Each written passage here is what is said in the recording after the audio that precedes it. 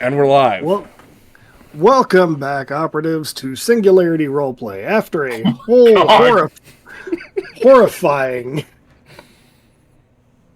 After... What the... I am just out... God damn it, Fail. He's so proud of himself, too. Look at that smile under that fake-ass beard. Don't worry about it.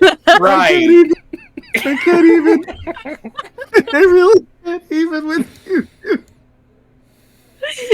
And we're gone. Ass face. That's it, guys. That's the session. Goodbye, everyone. That's the end of the series. Bye, everybody. It's a great There we night. go. I was waiting for Janie to notice. It took me a second to realize that is like some sort of mask and not a filter.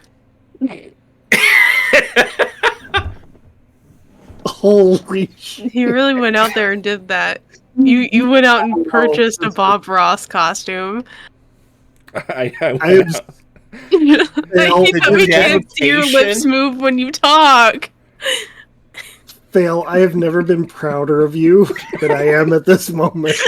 Thank you so much. I'm crying, dude. Holy shit. I'm glad I'm drinking. I need to start. Holy crap. Okay, I gotta... I'm so sorry, Meg, that you're gonna have to deal with us laughing hysterically. Jesus Christ. Welcome back, operatives, to Singularity Roleplay. Tonight is our third episode. God damn it, I can't even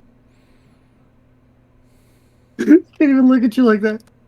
Today's our third episode of the investigation of Site 117G, a horror action adventure miniseries set in this SCP universe using the Storyteller system. While those of us around the game table have our safety tools in place, it's important to know if anything here tonight is something you might not be comfortable with.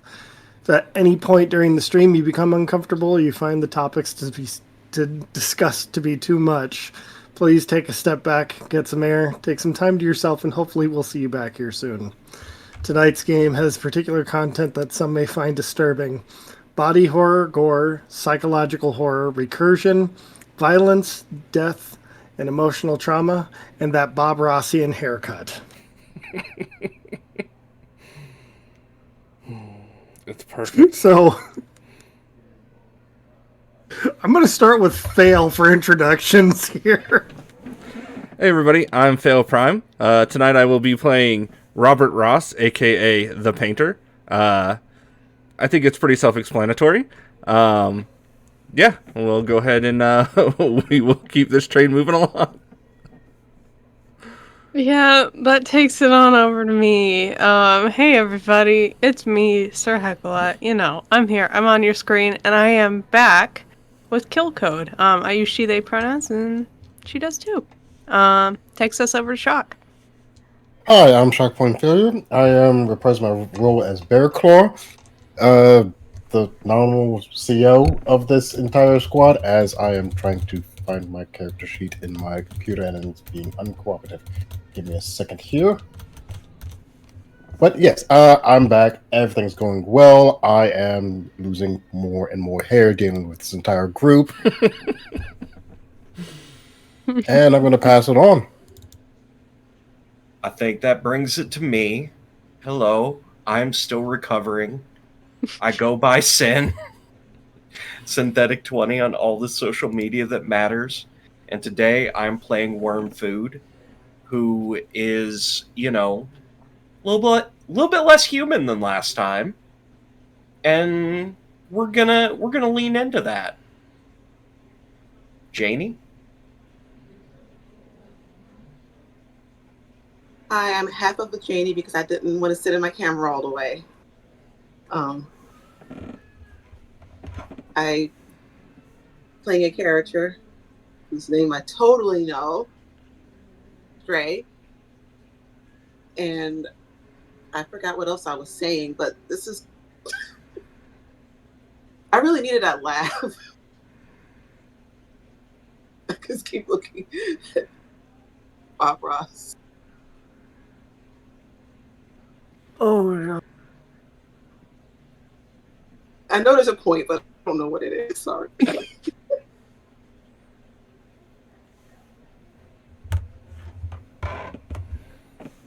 Oh my god. Oh my god, when you turn and I can see the pink out of the back. I'm sorry, what? Yeah. You seriously can't with this fucking.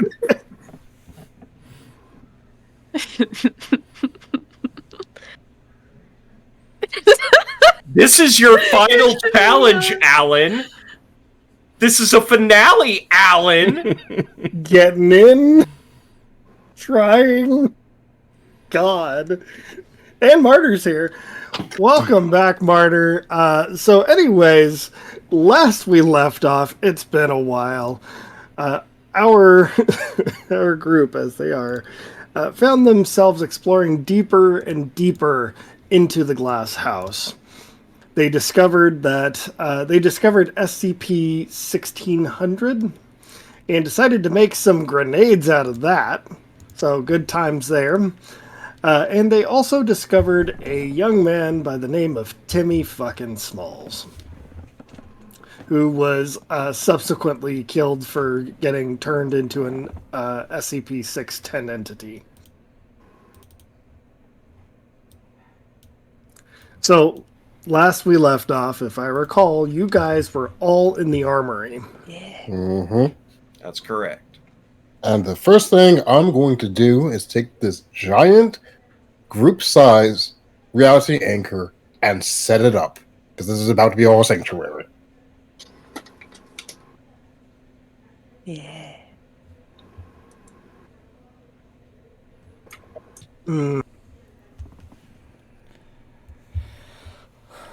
I still feel like we should further debate, creating a world hunger ending situation.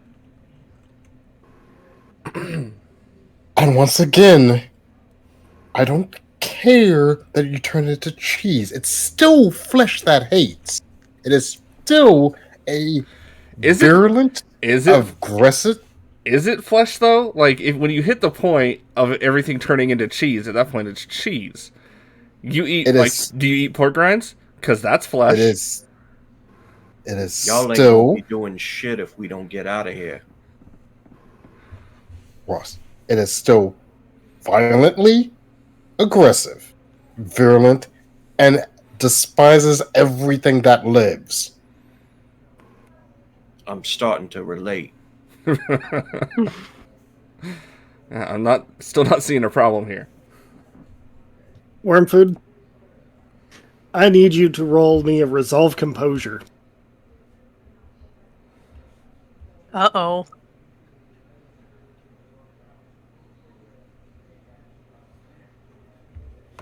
Luckily for y'all, I have 8 dice for that.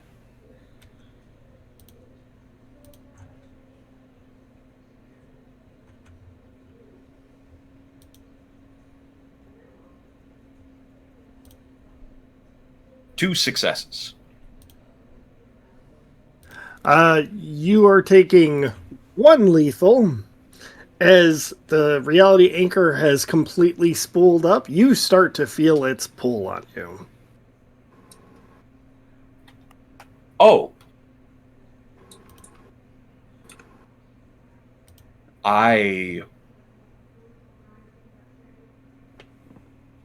What can I do about that?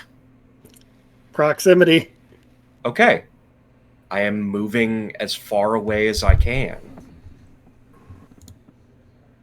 And lethal is unusual for worm food. So he is going to be like, what the fuck just happened?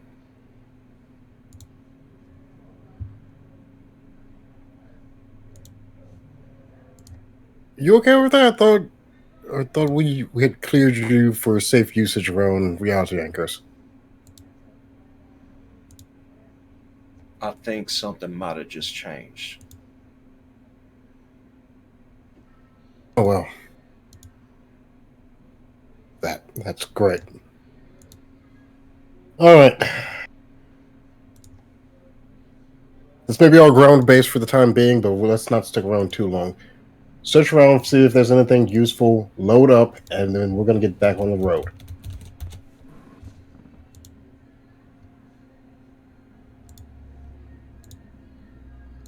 Speaking of, what kind of things can we find around here?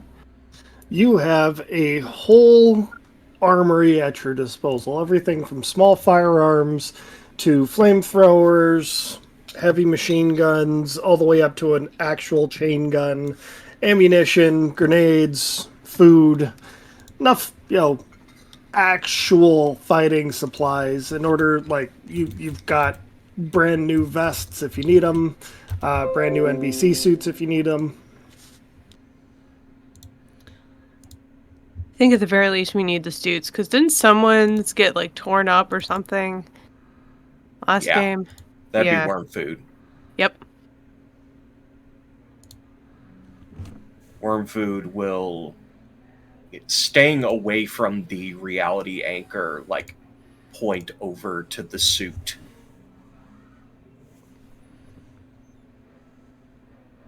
Could you, grab that for me? Sure.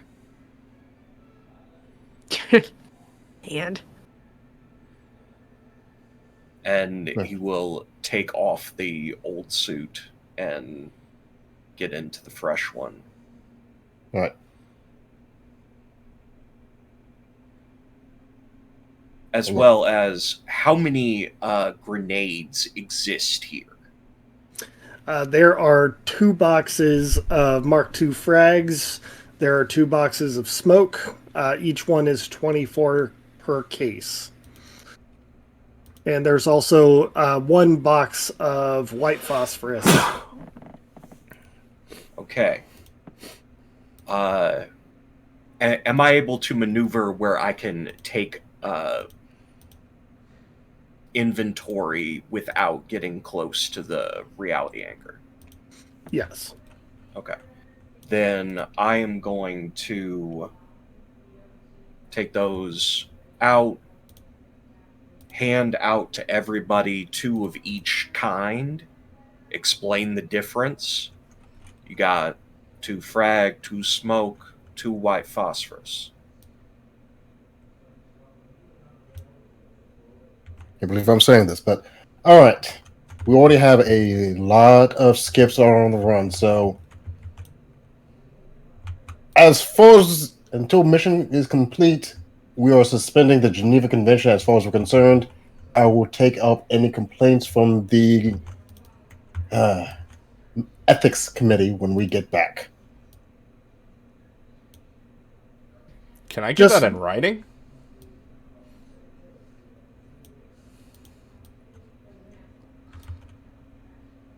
Ross, please, I ask of you to, at the very least, still practice due diligence before you do something crazy. While they're discussing the Geneva Convention, I would like to change the white phosphorus grenades so that they can be launchable from my custom grenade launcher. What's craft for me? Okay. And I get an extra die for it being explosives. Yep.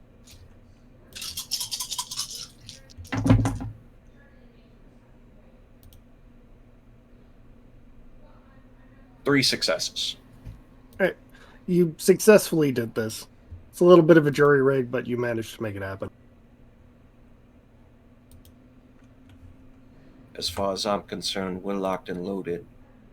And if we're going to get out of here, we're going to need to use every tool at our disposal. All I'm asking is don't do anything that would necessitate adding on to the Geneva Convention. You do realize that 9% of the rules on the Geneva Convention were there because of me, right? This is why I'm saying it, looking directly at you. Also, boss, I don't think I'm too keen on letting my creativity slide right now. Also, wouldn't the Geneva Convention only apply to, like, humans? Worm Food, you see Kermit pop over his head and just go, Geneva Convention's just a bunch of check marks to check off like a checklist.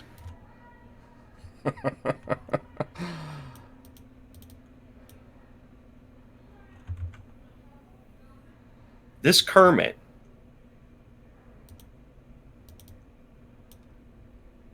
No, I'm not going to ask questions.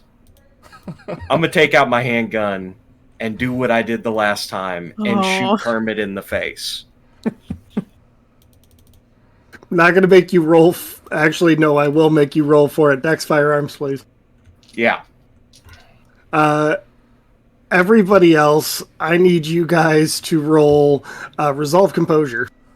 My god, okay. I need to refresh my memory because I have jumped a couple systems since the last time we played. D10s or D6s? D10s. Okay. And you said, what are we rolling? Resolve Composure. Okay. 5 successes. Oh no. One success.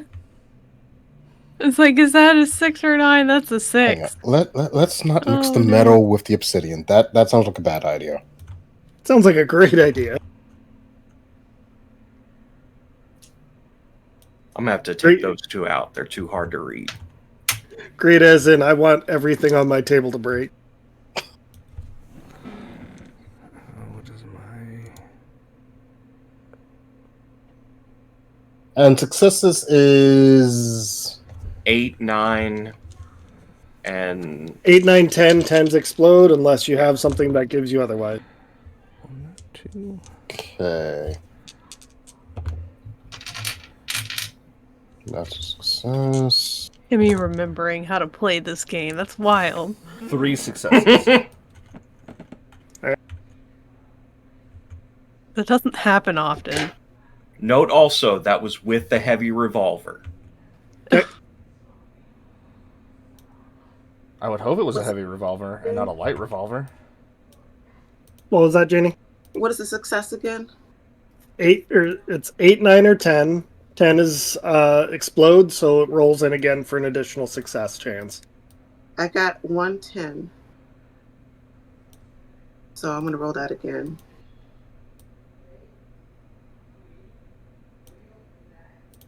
No, just 1 success. Okay, Total of 3 successes. cool. Stray, and why am I blanking on your character's name, Heck? It's kill Kill code. Killcode, thank you. Yay. Stray and Killcode, you both get 1 bashing, Oof. and you both now have a condition of death. I'm sorry, what? Death. You are deaf. Oh, I thought you said death like with a TH, and I was like, huh?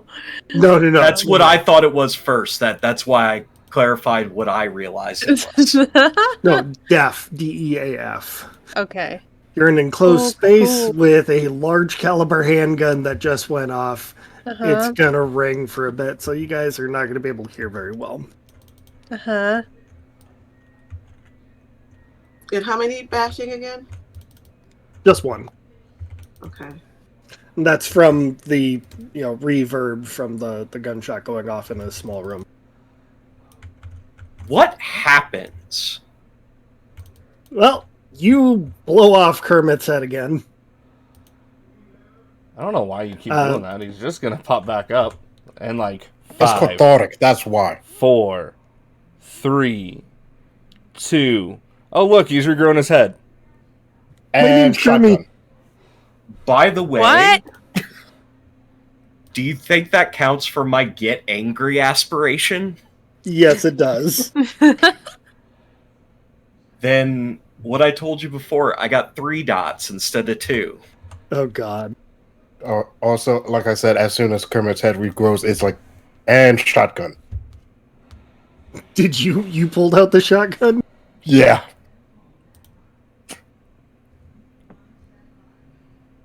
Is that firearms again, or Dex firearms. okay? Okay, there's 3 there. Firearms. Where are you? Firearms. Oh, I need 1 more. I'm also going to need everybody to roll a Dex Athletics for me, Oh Jesus! as Okay. as you are all taking cover. Oh, okay. Okay, so that's 1, 2, 3, 4. 1, 2, 5, 6. 3. Okay. So 6. 4, 5. Okay. 6. 4. 3.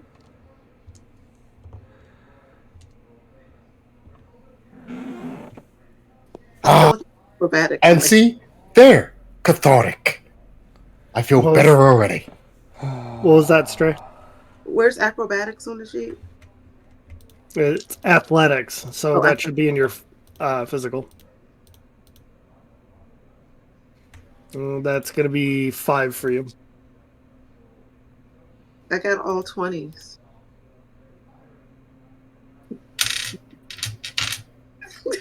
So we'll go ahead and And I got 110, so I'm going to roll that one again. okay. No, just the one success again.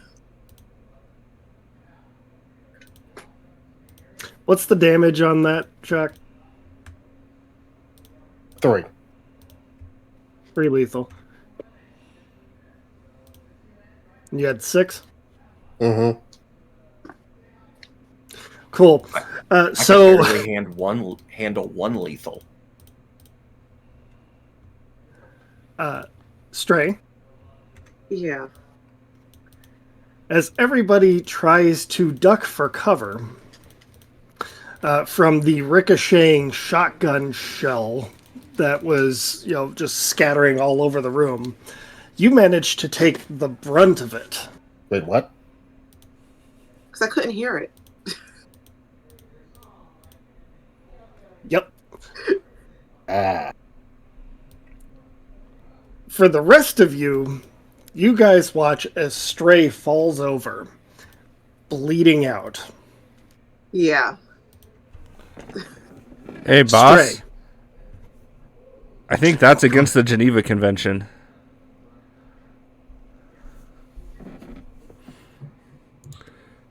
Right. Okay, let's get that patched up now. By the way, this is our second casualty of the game, and it was from friendly fire. I know. I'm just like, Killcode would be like, remember when, like, we just said 5 minutes ago that this was going to be, like, the safe point? Yeah. I never thought that the threat would be each other. Can we cut it out now? It's done. It's done. No more. So long as Kermit doesn't show back up. But yeah, let's get straight patched up. And I'm Just sorry, ignore Stray. Kermit. I'm kind of, Hang on. I don't think I have any more. You got to do wits plus medicine real quick, because it sounds like Stray is Hold on. dying. Stray. After being hit, everything goes black. It takes a moment for you to realize what has happened, and then you find yourself in a bed.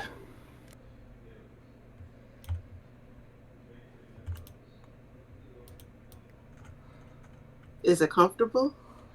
It's a comfortable bed. You wake up, you feel a pain in your side and like around your neck. And you, like, if you actually look, you can see like red marks from where you were hit, but you're completely healed up. But you don't see anything or anybody else with you. You're just in a blank gray room. There's no door or anything. There's a door. Okay. Is there anything to eat? No. Darn it. Okay. Then after I realize there's no food, there's probably not a TV either. Nope. We have no food, no TV, so I'm going to try to get out of there. As you get up, start, moving around the room to move out, you pass by a mirror and you realize you're wearing completely different clothing than you came in with. Okay. Nicer clothing? No, this is actually more militaristic.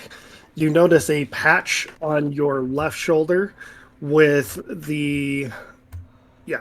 All right. So you notice it's got a red star and Cyrillic lettering under it. Okay. Before we keep going with yours, the rest of you notice that Stray is not moving. And when you check for a pulse, Stray is dead. Resuscitating you. We gotta go immediately. Hope you got a smile on your face after that one, boss.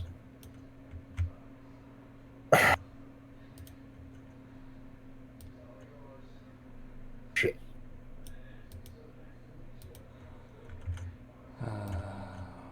Frank starts talking. Hey, guys, listen. I don't know about you, but this house has always been fucky. You don't just quite die here. I mean, that's good to know. Yeah, it gets worse. Seen people live entire lifetimes in here. It's a shit show. I mean, on the bright side, boss, nothing's getting leaked to TikTok now.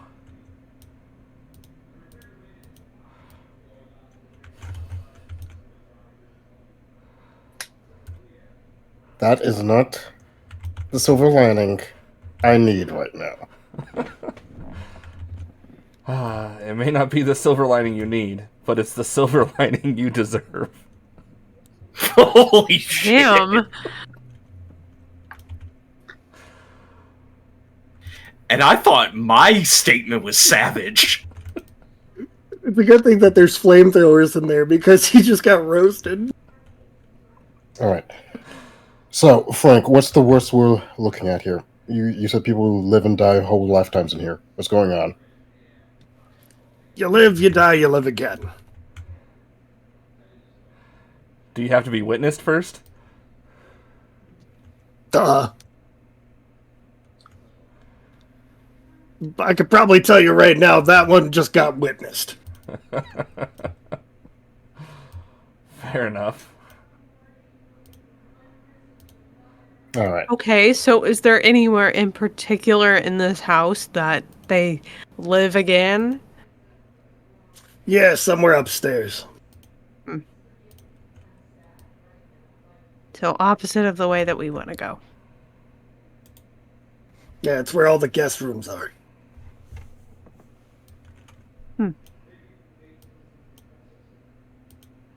Out of curiosity, above table, did we just turn this into not the finale? Yeah, because now we're spending an episode going upstairs.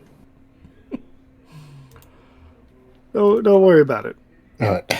I mean, if that's what we choose. The last time somebody told me that, something awful happened. Yeah, you killed Stray. I was talking about your appearance at the beginning of the stream. I don't understand the word awful in that context. I don't either. All right. Stray. All right, go ahead. All right. So, okay. With this new knowledge, we still need to get that reactor functional again and deal with the two AI, whatever the hell they are, that are running this place so we can get out of here. So, here's what we're going to do. Grab Stray's gear, divvy it up amongst yourselves. We will run a rescue op to get Stray on our way out. If she's upstairs in the guest rooms, she's probably further away from the dangers and probably safe. Wasn't that cannibal banquet upstairs though?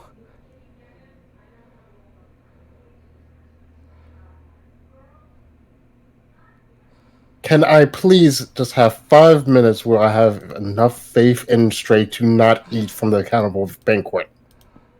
I mean, getting shot and coming back to life would make a person mighty hungry. I'm just saying.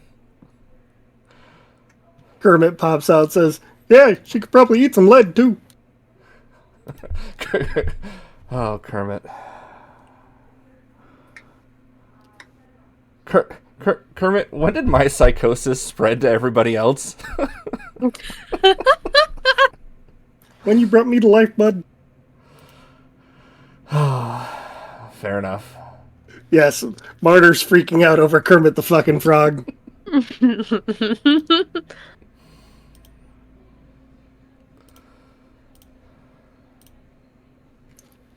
Stray. As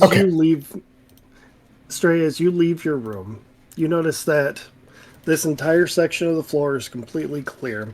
There are probably about 24 other rooms on this in this corridor that you can see. What do you want to do? I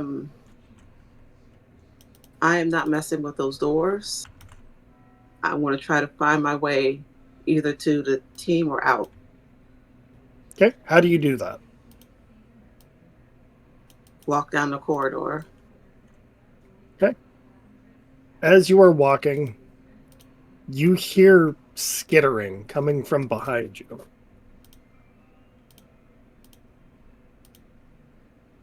Okay.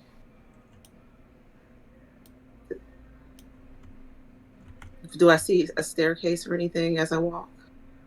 Yes, as you round the corner, you actually see the main grand entry, and from there you can take the elevator back down.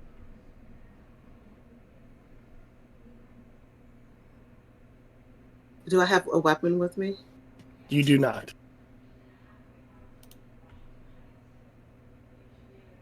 And is there anything I can improvise as a weapon in the hallway, like a coat rack or a table or lamp? I'm going to need you to go ahead and roll me a wits investigation.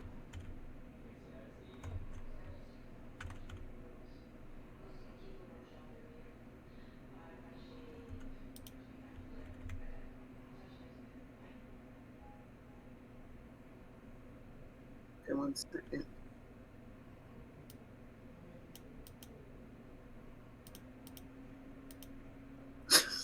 I got 1 success. You found a mag light.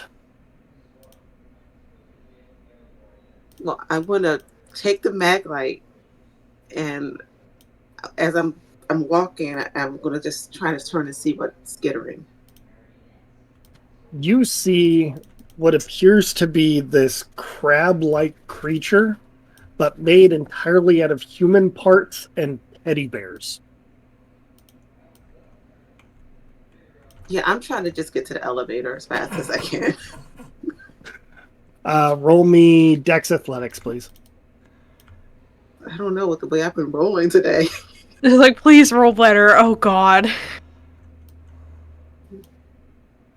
Oh, I also forgot. You also will have to lose 1 integrity for the death.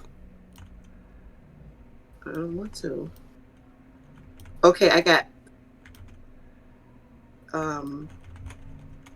Is it 7 a success? No. Oh, 8? Yes. I got 8, 9, and 10. Okay. 10 re-rolls, because you get an extra chance for success. Okay, and that's a 5. So 8, 9, and 10. So you got 3. With 3 successes, you manage to run and leap across the banister in order to get away from this thing quicker. And you make it up to the elevator door, and it's taking a minute to actually open.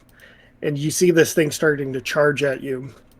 You hear a loud pop from behind it. And then you're watching as this thing just explodes in fluff and viscera. There is a huge man standing on the other end of the platform, saying, "You okay?" Yeah, I'm good, thanks. You must be with you must be from one of the other dimensions.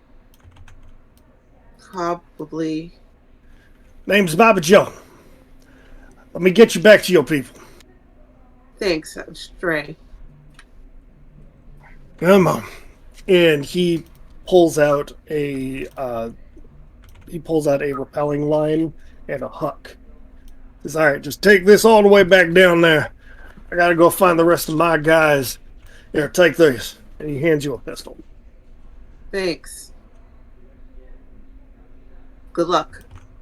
You too. Stay alive, don't touch shit. She'll take that to go down, I guess. All right.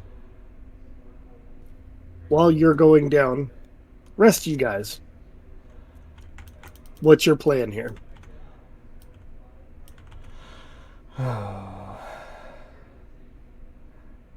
I mean, Geneva Convention's just been lifted, so my plan is to commit as many crimes as I possibly can before we get out of here.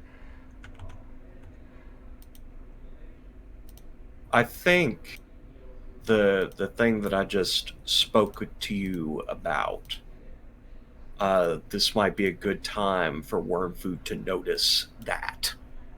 All right. And he will look up, and he's going to move to the exit, trying to go around the reality thing if possible. If not, he'll do what he can to avoid it. You managed to skirt around it. All right. And opening up the door. As you my reach, God. as you reach for the, I can't with fail. Jesus Christ! As you reach for the door, it starts. Something from the other side starts pounding on it.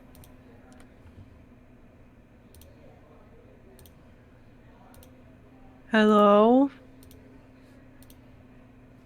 Let me in! It's Timmy fucking Smalls!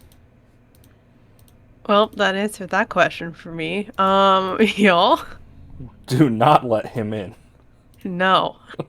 And this is not the door that we just sealed the cheese flesh that hates on the other side of, correct? That is the same door. There is only one entrance to this door, Oh. to this room. Hey, Timmy, or Jimmy Smalls, if you take a bite out of yourself, what does it taste like? Tastes like Philly cheesesteak. Yeah, you ain't getting in here. Then But I heard the Milk Corporation needs a new mascot. You might have a job.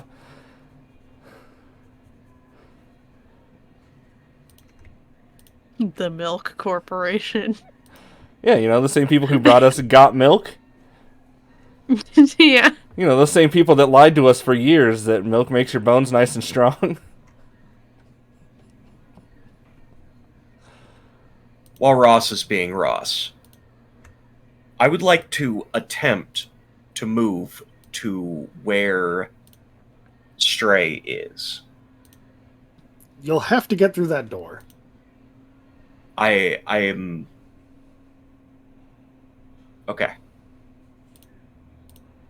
Well... Wait, why would he have to go through the door?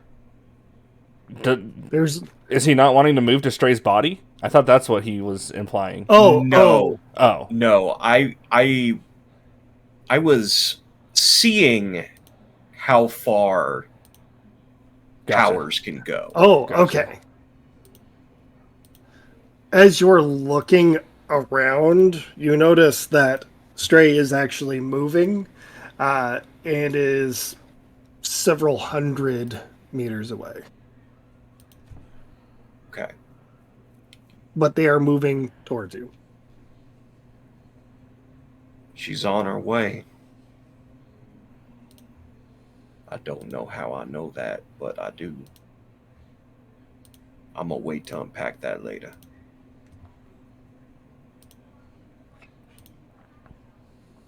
Keep us posted on any further changes.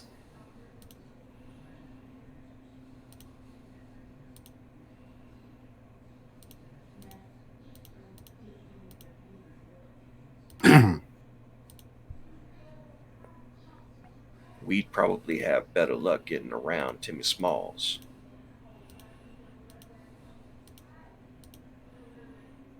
Than she would have getting to us.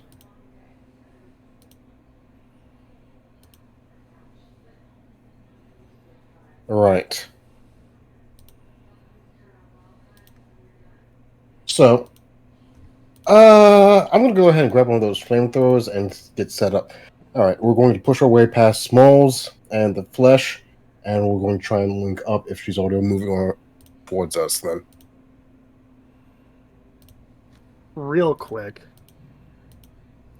Who wants to do an investigate around the room? I'm busy strapping up a flamethrower on me, so... I have 0 dots in investigation, so I can't stress this enough. Somebody else. I can look at things real good. Let's see. 3 dots is not bad. I have 2 in investigation, but I'm gonna be real with you right now. Everything I think I see becomes a Kermit to me. So why have you placed the beard over your nose? It's just the natural progression. It keeps pulling down and.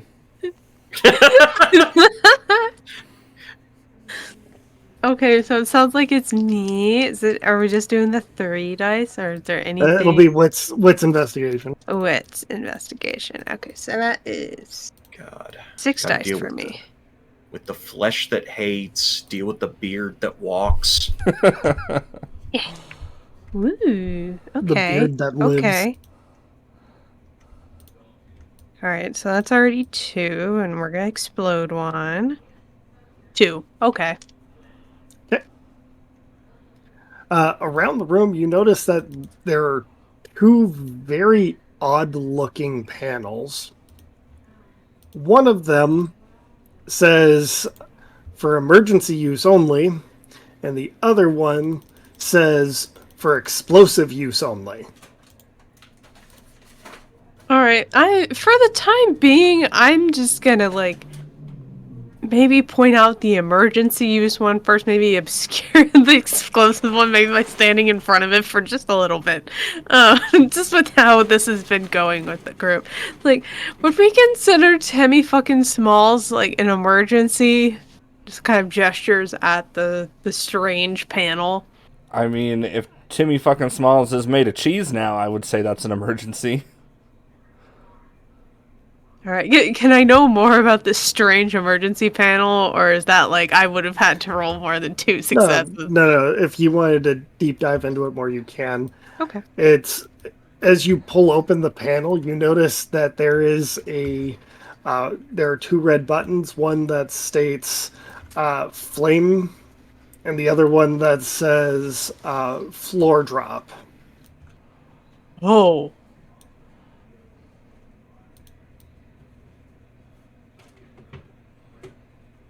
I like the sound of that second one. Same. Do we think we could trap Timmy fucking Smalls? Because I feel like he's just gonna keep regenerating and following us through the whole house. But if we can keep him in one spot. Hey, Timmy. Yeah. I spent last night with your mother. You motherfucker. He starts pounding on the door more. He gonna be at the door for a while. I'm guessing that floor drop is right outside.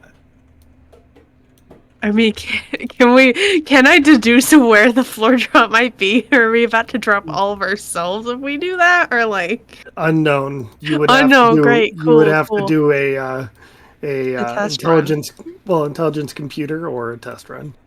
Okay, I'm willing to do an intelligence computer to kind of figure out where this, because like if we just don't want to just press Minecraft the like big sand button, trap Hack? all of us. No, we're not. Listen, I have some restraint as some of my characters. And these are two of the somehow the Singularity characters are the ones that like have this for me. The Let's see, only computer. ones. Oh, I have 4 in computer, so I get to add another one. That's 7. 7 dice. Okay. Ah. And thank you for that, Martyr. If you actually have Singularity points, you can use that to buy a +1 -1 for the GM. Oh, that's a hydrate. If you've got more.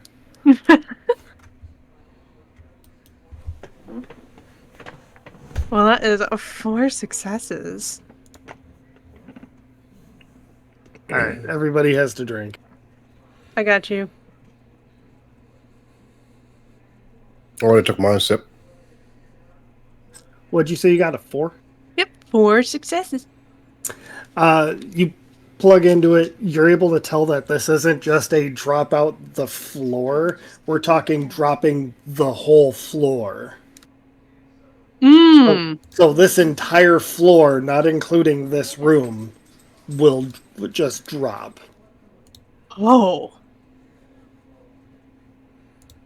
That could be fun. That's very different. Like, but hey, like, well, if we drop it, it just means that we can't go a floor down without running into him again. You also, with that roll, you notice that this section is not actually connected to the rest of the reactor area. So if you drop it, there's no way for him to come chase you guys down. Okay. Right, I'm just gonna go ahead and slap that button then. While you are investigating, the rest of you notice that this door is starting to push in as Timmy is beating it down. Yep.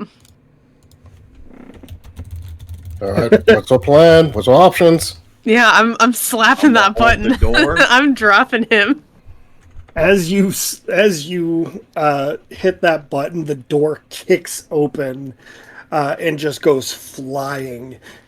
There's Timmy Smalls with a pair of cheese-like horse legs, having kicked it in, and this was from Martyr. And you get a brief glimpse of this cheese and meat monstrosity, the living Philly steak. A brief glimpse before he goes down. We are not dealing with that.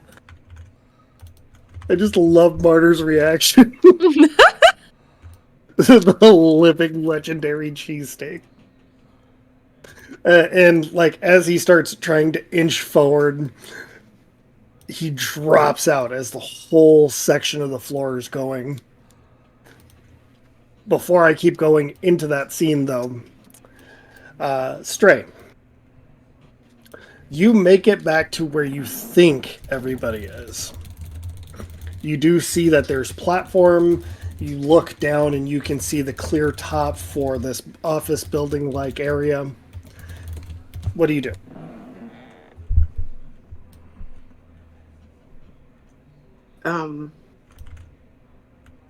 But they're not there. You don't know that.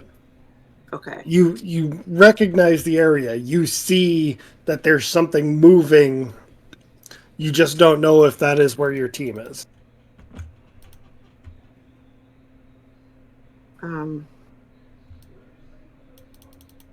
I guess I'm going to keep going. Cool. As you make your way through this torched hallway that you had already passed, you see this giant meat and cheese monstrosity. It starts growing a pair of horse legs and kicking at the steel door. and the door goes flying in, and you get a really bad feeling. I need you to roll a Dex Athletics.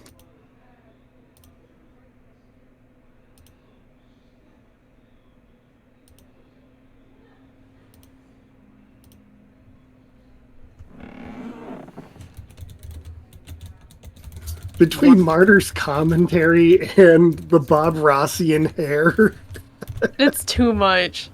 it's a lot. I have 110, so I'm going to roll that again. All right. No, just one success. Oh, Jesus.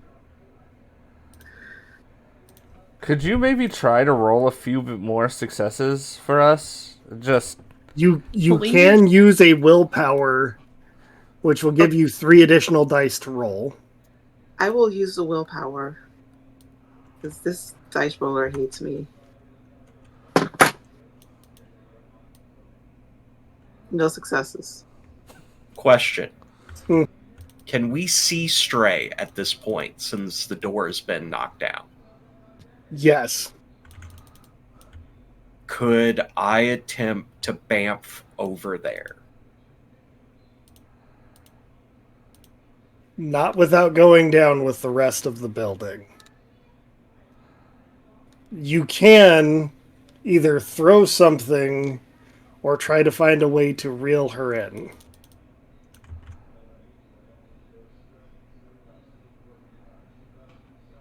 I will also say among the things that you carry as a group, you have rappelling hooks and launchers. I will attempt to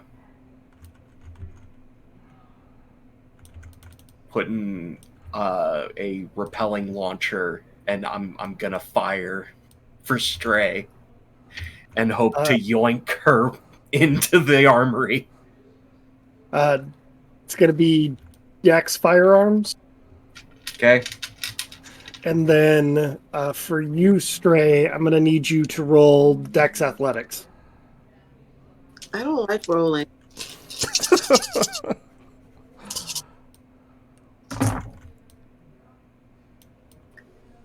Got 1 success. Oh, God.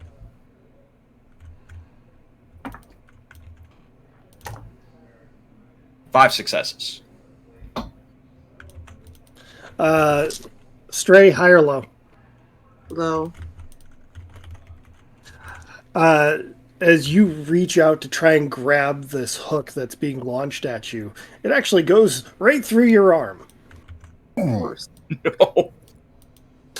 You'll be taking 1 lethal, but you are hooked, and the rest of the building falls out from underneath you. Okay. 1 lethal is better than dead from falling through the floor. True. Yeah. I mean, 1 lethal is better than dead from Cheese Monster. Yeah. True. Or Death by cheese. Or dead from friendly fire. Also true. This is the friendliest kind of fire. The fire that's trying to save your life. I would say shots fired, but I think it's a little too soon. So I'm pulling Stray up. Stray, you try and walk yourself up despite the pain, with the help of them pulling you up. Eventually you do make it up there. Takes a minute, but you look down and you realize you're about 10 stories up.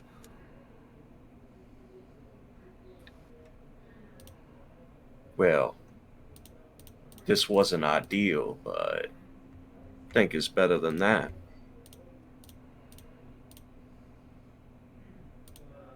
Yeah. Kyoko, So, okay, we're going to step back and we're going to pretend like I just got up here, and I'm going to say, surprise! But you thought you saw the last of me. Wait, does this mean that there are 2 iterations of Stray in the same room now? Yeah. Oh my god. That's kind of weird. Didn't Back to the Future warn us about this? hold on. That's your threshold where you're like, that's kind of weird? We just fought a Philly cheesesteak monster. I mean, like I was reacting to it. I just wasn't actively interrupting. I was like, No. like that's weird. It's all weird. It's all weird.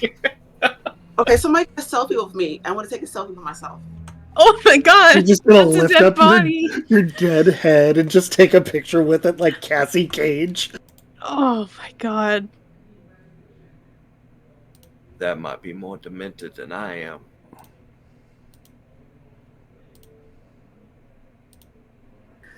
Did I break shock? I'll be fine. I'll be fine. Is that against the Geneva Convention? Nah. I think we're gonna need a new convention.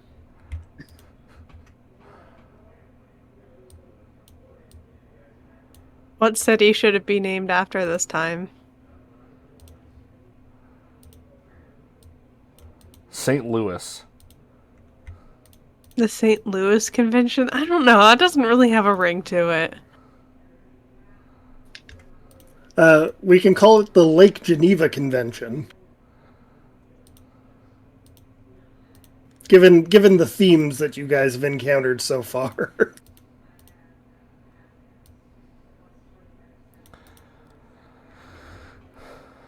All right. Let's just call it the Matt Damon Don't Be a Scumbag Convention. That's a very long name for a city. Okay, wait, so I don't have any of my gear on the other me anymore, correct? Because they took it all. I don't even know if we had the time to do that before Timmy fucking Smalls started fucking up the door. Yeah, Either way, doing like, we it. would return the Okay. Yeah. supplies for sure. And I reach in and I get like a snack. And I just start You just take the beef jerky out of your own hand and just start chewing on it some more. Yeah, that's all straight.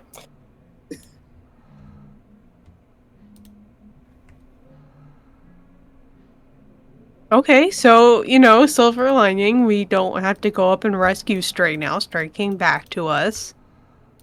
We've got the reactor area ahead of us. Mm-hmm. All right. Hey, boss, Okay. how long of a vacation are you going to take after this?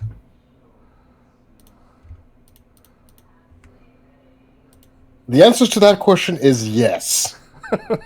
I don't know if I would consider mental health leave a vacation, but, Oh, please, we don't get mental health leave. Yeah, it's called a grippy sock vacation. What? It's called a grippy sock vacation. I'm so confused. Because when you're in a mental hospital, you have to wear grippy socks so you don't slip and fall. Oh, I didn't know that. Look, I remember the last time somebody tried to apply for a mental health vacation.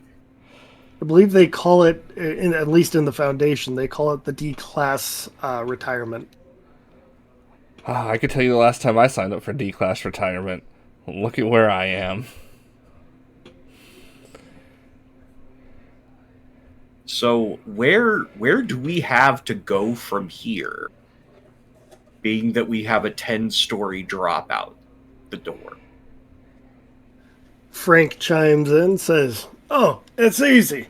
You gotta get across the chasm and back up the stairway that you came from." That seems counterproductive. So I should have just stayed upstairs. No, but that's the thing. With the floor route, the section of the building lowered.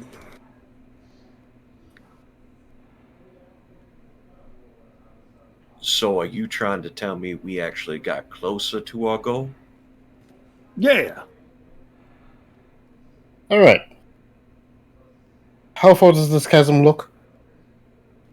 It looks at least 10 stories down. And across? How far? Oh, across? Probably half a football field. Americans will use anything to measure. I was like, yay. All right. So, but there's like no structures or suspensions or anything in between us and the stairwell. It's just a clear, empty chasm. Correct. That you can see. How much rope do we have again? We have 5 100-yard rappelling ropes. Okay, so we only need one of those to make the chasm because it's only 50 yards, give or take. All right, let's give it a go then.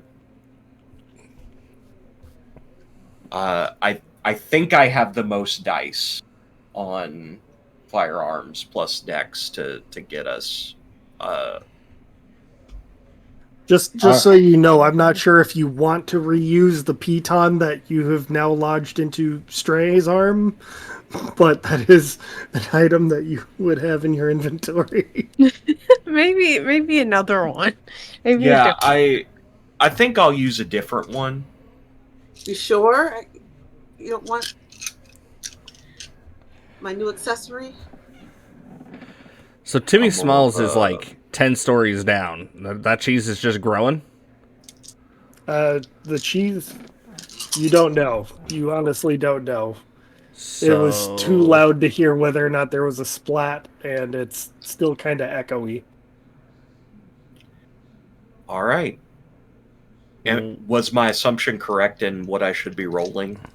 Yes. Okay.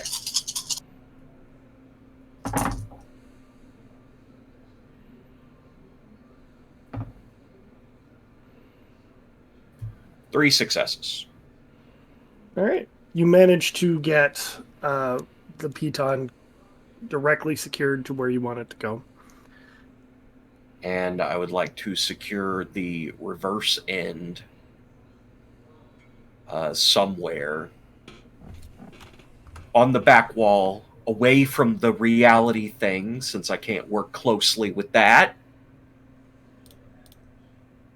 Okay. Now, how are you guys getting up there?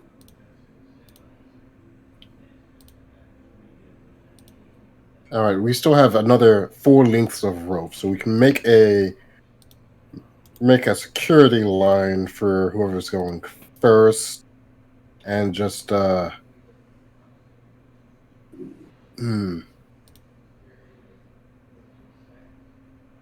climb our way across.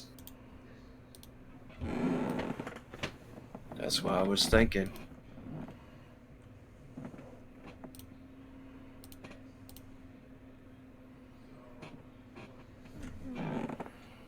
All right. So you've got I'm trying to make sure that I understand this. You have a single line that gets you across. You're going to have to physically, hand over hand, climb it with a security rope. Yeah. Okay. For everybody going down this way, you're going to need to make Dex Athletics. And in the case of Janie, it's at a -1. I'm already rolling bad enough. So you wake up upstairs again. What's the big deal? So, can I attempt to hold the rope steady if we climb like one at a time to attempt to give people additional dice? Yes, I'm going to need you to make a strength brawl. Ooh. Just strength? Or strength plus athletics? Strength brawl. Oh, strength brawl. Okay. And this Just will because this I will be might a not help have action. the most dice because I'm not a brawler.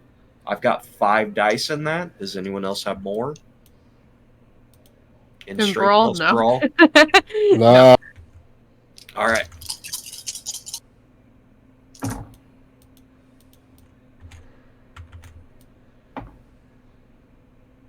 Four. Okay. Each of you get to add 4 dice to your rolls. Oh, Okay. And then I'll make the roll as normal once everybody else has. Ooh. Oh, that made it like so many more. Okay, hold on. All right, so who's going first? That's a good I'd question. probably say not the injured person. Yeah. All right. I'll make it simple then. I'll go first. It's fair.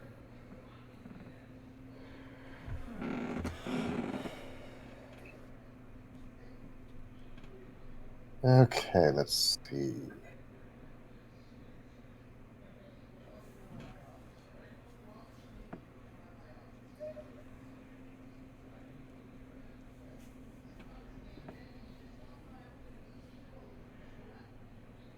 Out of 9 dice, I only get 3 successes. That's enough. Who's next?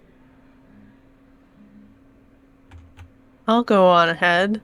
I was impulsive and rolled all of them already. But with 10 dice, that is 6 successes. So many Nice. 8s. Like they were. All right, next up. All right. Well, I guess that would be me since we don't want the injured party going. Personally, look, Stray, I think once all of us get up there, what you need to do is tie the rope securely around yourself, and then we can pull you up. Yeah, I'll do that. In all honesty, actually, what I would recommend is now that we have 2 on each side, we could send Stray across now. That way, there's enough support on either side of the saver. That makes sense. Also and true. with the 4 dice, you are getting like a free willpower worth of dice. Okay. Here I go. You're not going to fall very far if you fall because you've got a safety line. Out of all of those 8 dice, I got a 10 and a 9. So I'm going to roll the 10 again. Mm-hmm.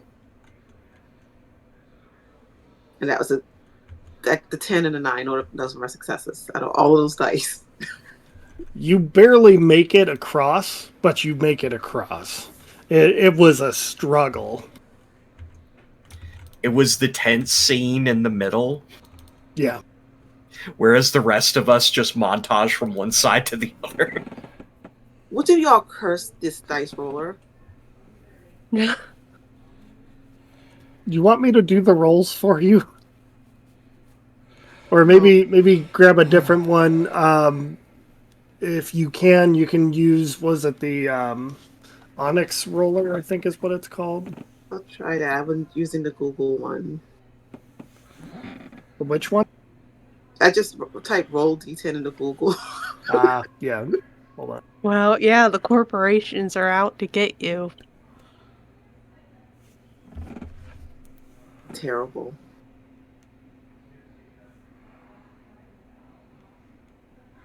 Yeah, nobody ever use that roller. It hates me. I wish I knew which one it was.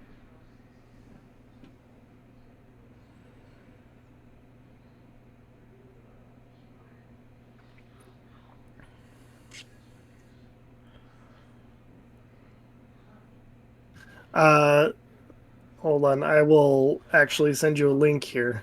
Okay, thanks.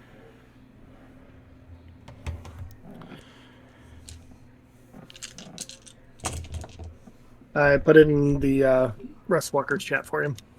Thank you. All right. Let's see here. So that's everybody but Ross and Warm Food. So I need Ross. 3 successes. Okay. Warm Food. All right.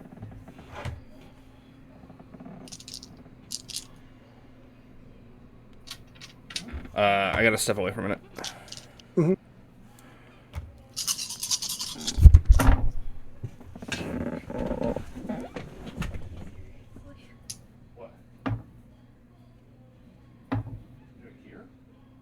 Five. All right. So you've all successfully made it across. What's the plan? Do I see where we can get down from here? So there is an access, like the hallway that you guys came in originally is still technically there. Otherwise, there is a ladder that heads straight down that's probably about 50 feet away from you. Well, you want me to take a forward position?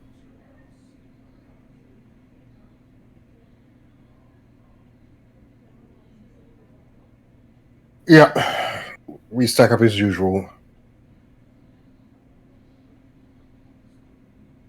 All right. Taking the lead. Right. As you head out, you enter into what appears to be another entryway. It opens up into another atrium. You have two doors, one directly in front of you and one to the left. The one that's directly ahead of you states central computer room, and the other one is barred up. Well, I will take that hint of it being barred off, considering what happened the last time we encountered something like that, and go toward the central computer room.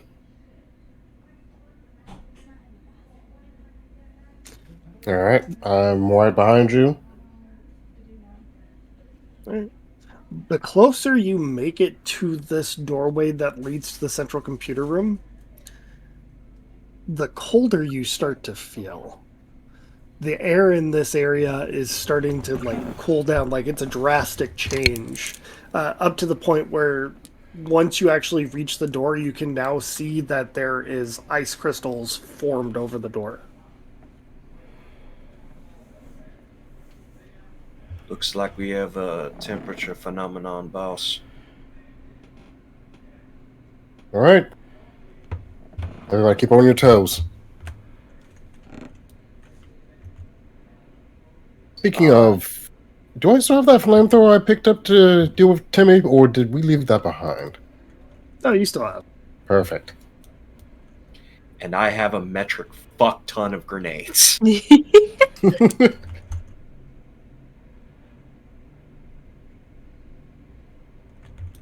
Ross, once you get up to the door, Kermit pops his head out just a little bit and says, "Holy shit, it's too cold." It just means you'll have a nice little nap, buddy. I don't want to sleep, bud. Oh, we all need to sleep, Kermit. It ain't easy being cold, boss. It'll be okay.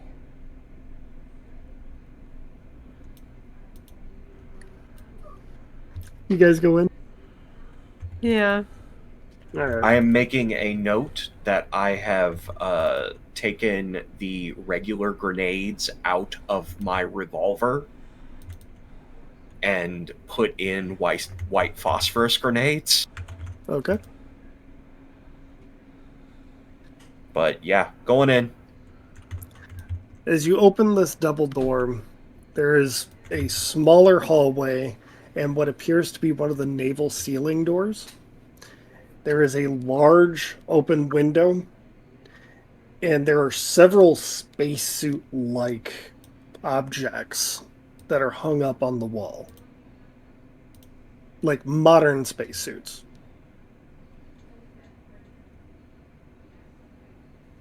Going to take inventory of the area and move slightly in, see if there's any difference in the air temperature. In here, it is slightly warmer than it was in the other room. Temperature difference being like the outer hallway before you got into the cold area was like 70. This inner hallway is about 40, and here it's about 50. I'll call back temperature concentrated in the hallway.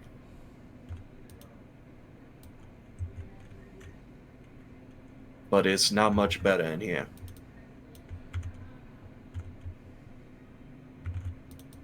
All right. How much is there enough space for the rest of us to follow in after worm food, or? Yeah, there's plenty of room in there. All right. So I'm gonna go in, let the others sweep the room. I'm going to take a look through the naval doors porthole to see what's going on in the next room. Looking inside, this looks like to be some sort of antechamber. There, as I said, several spacesuits. They've all got the backs of them open so that you can get in there. You also see that there's a couple of computers as well as a readout on the wall that says, hold on, minus 277.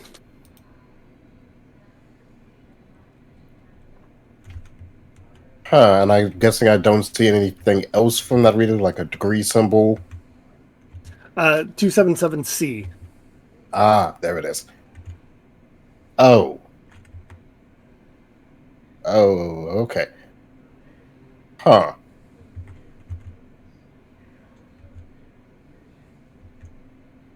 That's not good. All right. So, Checking. heads up. Isn't that below absolute zero? It is.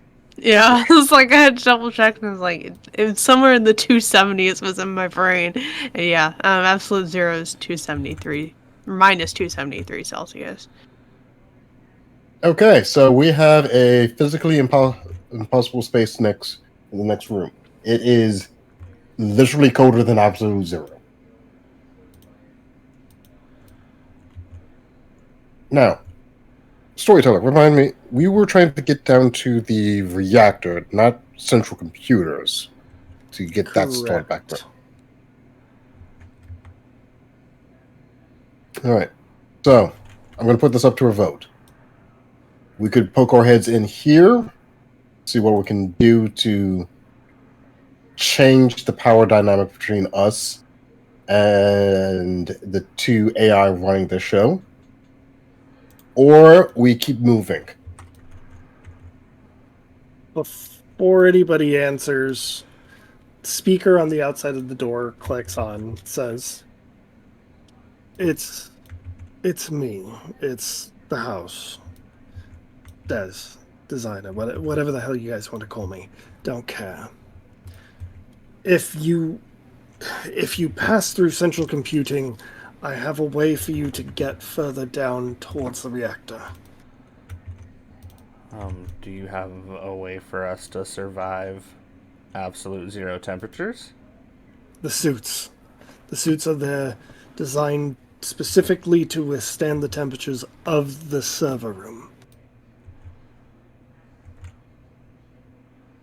But what's the catch?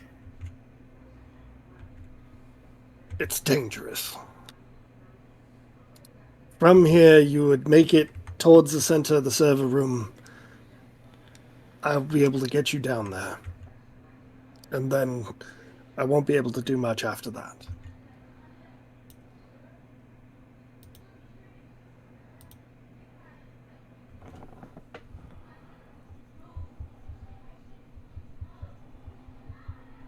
In for a penny, in for a pound. Is there any alternate routes to get down to the reactor, or is this our best bet? There are 3. 2 of them are absolutely terrible, and one of them's a nightmare. Tell me you're not sending us to the nightmare first. I'm going to listen to our options before I make a call. No, I was saying, like, tell me that the absolute zero room is not the nightmare. Please. No, that's option number 4, and that one's just terrible. Option number 1 is going back through the bar room. You'll have to slog your way through enough SCP-610 and teddy bears to haunt your nightmares for the rest of your life, which may be short.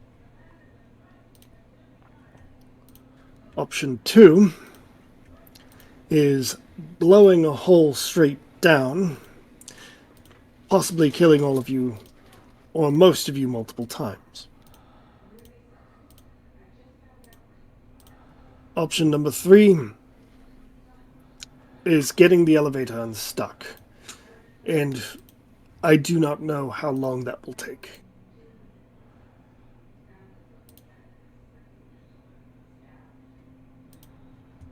Which one's the nightmare?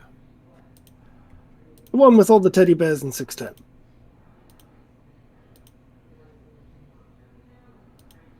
There's not enough of anything for me to do option number 1.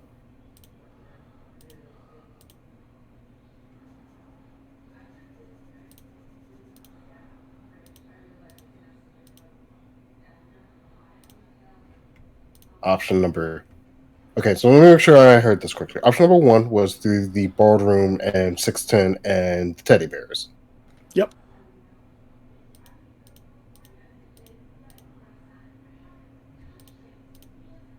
Why am I blanking on option number 2? Option number 2 is blowing a hole. Our way down. Yeah. Option number 2 does not fill me with a lot of confidence. I don't want to experience getting blown up multiple times. And Wormfruit, I know you have. I still don't want to do it. To be fair, y'all could wait back there.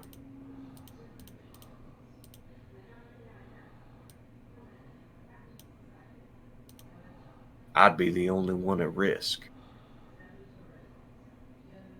That's still a no. And option number 3 might take too long. All right. Or option number 4, going through central computing with the suits. That's what I'm thinking. Listen, I'm curious. I've seen all kinds of cooling systems. I haven't ever seen anything like this. I'm curious. I'm more curious as what's also hiding in that ice. If we have to wear the suits, can somebody get this thing out of my arm? Please. That's probably for the best. We still have some med kits, right? Mm-hmm. Yeah, alright. Okay, let's get Stray patched up and then into suits and then do this as fast as we can. I guess the question would be, do med kits get used like video game, or are we looking at just utilizing the med kit? I would say that it's probably got like 4 or 5 uses. So, like, the worst... Think of it as like for every lethal you're trying to heal, it'll use up a use. I like that as a use, like a system use. Well, I'm shit at anything medical, so... Well, could I just like take it out and just like wrap my arm up with a rag or something? Number 1, you cause damage when you remove it. Number 2, the rag would cause an infection. So I was gonna say, I wouldn't make you roll for the healing because it's fairly self-explanatory. But if you decide to yank it out, you will have to roll an intelligence medicine. Okay. See, I don't think I have any medicine. No.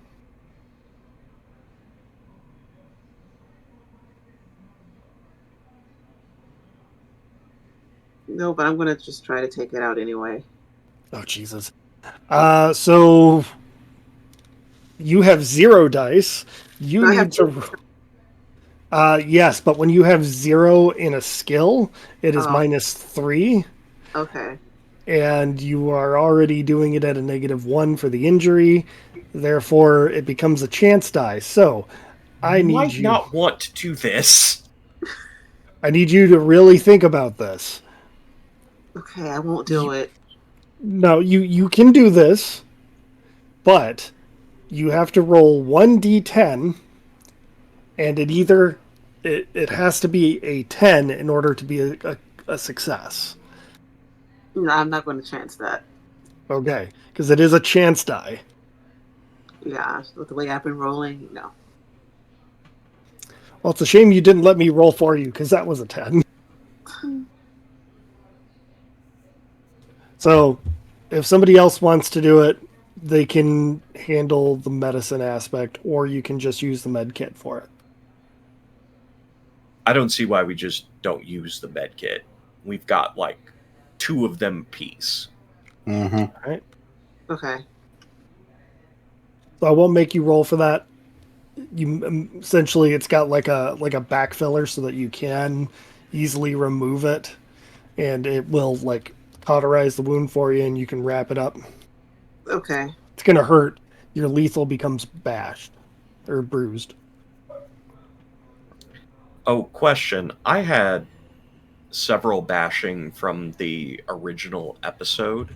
Those are gone. Those are gone? Okay. Yeah. For the bashing that you guys already have, also those will be gone. The deafness is gone as well. So every 15 minutes you lose a bashing. Is there a way to use a med kit on the reality warping damage that I took? Yes. You Okay. can use the med kit on that. I will use the med kit on that then. Cool. Do you go into the antechamber? Sure. Okay. Yeah. After I suit up, yeah. Yeah. Yeah. Well, the antechamber is where the suits are, and then afterwards, Okay. afterwards, it's the main computing area. All right. So yeah, I guess we all go into the antechamber and start getting suited up. Yeah. Yeah. So if you haven't, I'm assuming everybody's seen like the modern day spacewalking suits. It's got the huge panel on the back so that it opens up. You can enter in and seal yourself completely in there. Mm-hmm. That's the same premise. All you got to do is get in there, help each other, get suited up, and you're good to go. All right. And do we have to remove the suits that we had on, or is there enough space to... There's enough space. This thing's big. Just making sure. All right. Once you're ready, there is another chamber before you actually hit central computing, and it's an airlock. Once you get through the airlock, it is just nothing but steel and ice. Beneath your feet, there is corrugated steel grating that allows you to walk without any like slippage. You just see dozens upon dozens of massive servers all putting out tons of energy and heat that is almost instantly dissipating into the cold. Taking point. All right. Behind him. All right.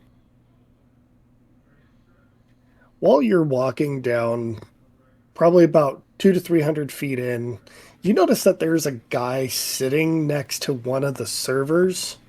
He's currently got a bucket next to him, sitting on what appears to be a cooler, and he's got a little fishing rod. To assume he is not in one of the suits. He is not.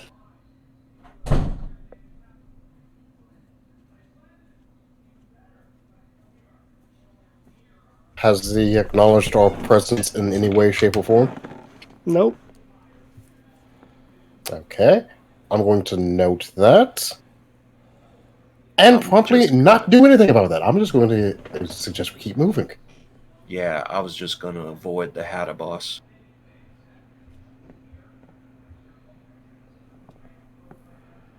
Since Fail just came back.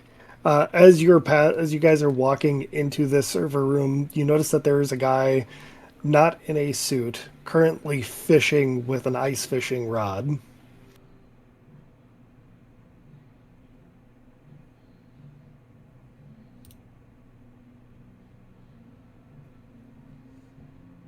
All right, We are cool. ignoring him, Mm-hmm. but can't speak for Ross. That's why I wanted to make sure he heard that was what was going on. Ross has got nothing. Nothing is surprising him at this point in time. All right. You walk further in until you hit a 4-way junction. There is a massive steel platform here that goes up like 2 or 3 steps, several computers, and a large glass tube with a ton of cables and other tubings that connect to it. This tube is covered by what appears to be some sort of like metal shield, but you can't really tell because it's iced over.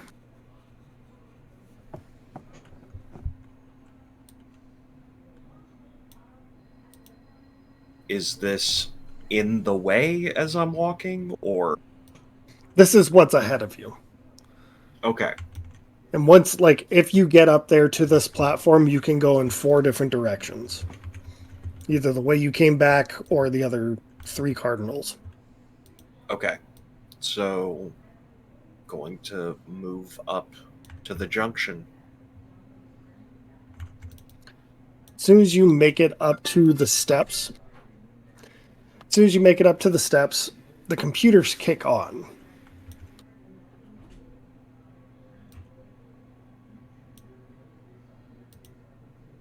The what?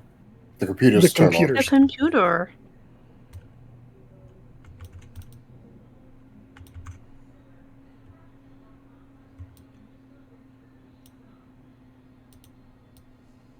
I'm trying to figure out, like, my brain is not processing properly.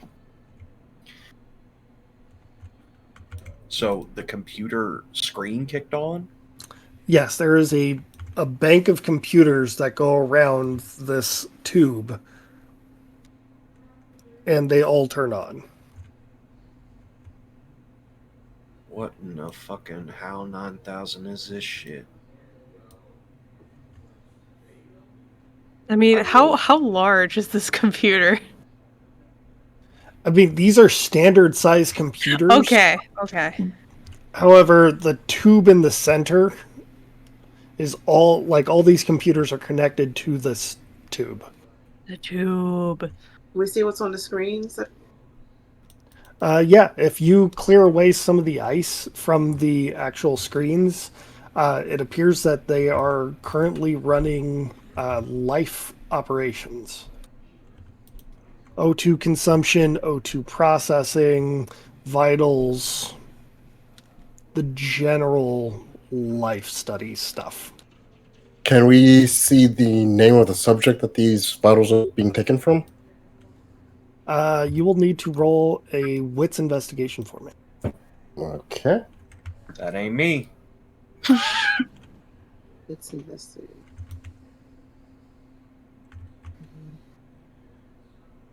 I love just knowing what I'm useful for, what I can do, and just noping out of everything else.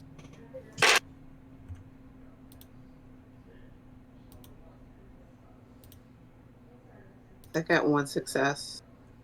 Okay. Oh, multiple of us can do this? Mm-hmm. Okay. I'll join in on that. I got 2 successes. Okay. And a cat in the way. No, I lost a D10. Where'd it go? I'll deal with it later. Investigation. So 6 dice, yeah. Is there any possibility Yikes. I could make things worse by making a roll with my 3 dice? Not particularly. Okay, then I'll at least roll and see what happens. Yeah, out of 6 dice, I got 1 success. Okay. As it goes. 2 successes. All right. As a collective, you guys start looking around everything, like all the computers. You've gotten the frost off, and one of you guys actually like brushes up against the tube itself, and you see a placard that's attached to the bottom, and it says designation Matthew Trainer. Sorry, designation Trainer, comma, Matthew.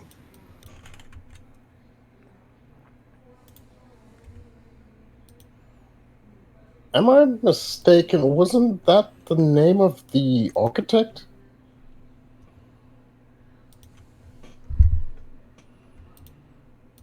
Or am I'm I jumping currently the gun? Something? blanking. Or am Not I the jumping the gun? architect. Okay. Still, I The remember. like person that created the place. That would be the designer. Yeah. When we first interacted with them, they had said that they were physically a part of the place. And yep, it looks like I was more or less correct when I thought that they were quite literally, physically a part of the place. You notice that on the placard itself, bits of the name are actually frosted over, so it says design, and then where it says trainer, only the ER is visible. And then you can see part of where it says Matthew. Hmm. Do all the life signals, they all look like good levels, or is anything? Yeah, it is standard operation. Okay. It looks like everything's fine. Before we keep going with this in, we're going to go ahead and take a quick break. Cool.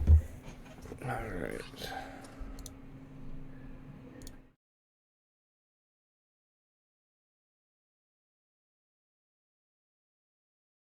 And back. Welcome back, everybody, to the rest of the session.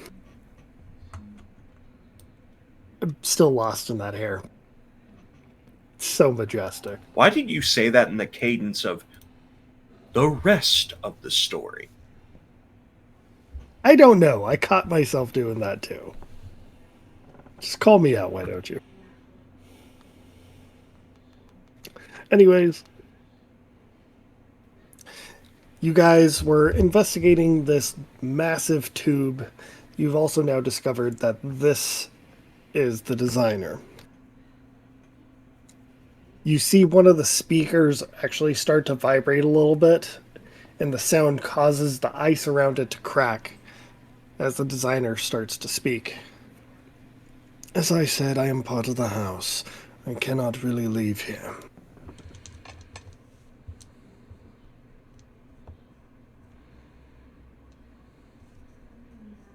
Right. Where we need to go after here? Where? Three things are going to have to happen. One, you'll have to disable the shielding around this platform. The steel shielding will go up, and it'll expose this tube. From there, somebody's going to have to get underneath the platform. They're going to have to crack open 3 handles. It's going to be a tight fit, but I know the suits can manage to get under there. Third, once that happens, you'll have to activate a purge. Once you've activated the purge, this entire tube system will then empty out. I will die, but that will give you the straight shot directly to the reactor room.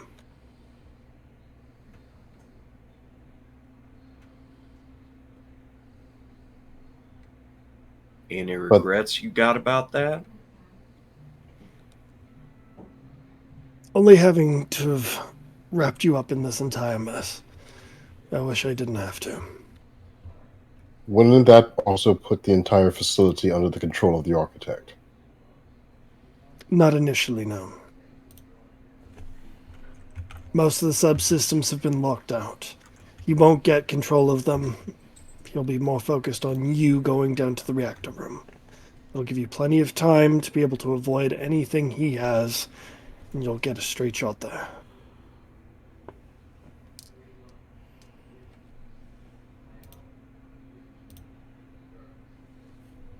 Right.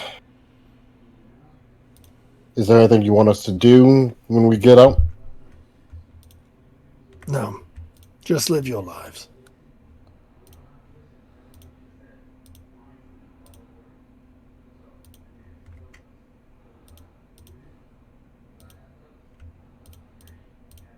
All right. Who's volunteering to go slip in underneath?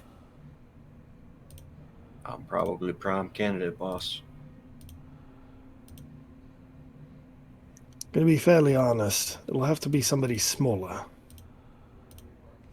There's not a whole lot of room to maneuver down there, and unfortunately for you, worm food, you are quite large. I don't know why that cracked me up. There's also one other little addendum.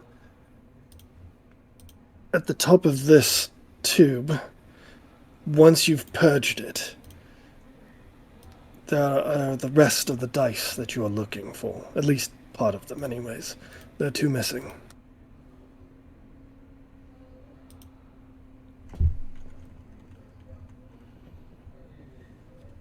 What do the dice do? They're part of the reality engine that powers that reactor. Sorry, vice versa. They are part of the reality engine that is powered by the reactor. Right. Alright. So, out of character, I'm looking over the entire team. Who is the physically smallest out of us? Probably not Ross. I'm guessing it's probably Killcode or Stray. I can't remember how you described them. For some reason, I am imagining Killcode as, like, short. Yeah, like she's definitely one of the smaller ones in group. I'm not sure about the smallest, but like. But also, do we really want to move her away from the main console here? Is my only pause. I think my biggest pause is, do we want to send Janie into something where she's going to have to roll more dice? That's fair. The thing is, I don't want to send Stray in there, not because of Janie's luck so far, well, kind of, but more because of Stray's injury. That too. I mean, I guess I can try Well, the damage to go is in there. gone at this point.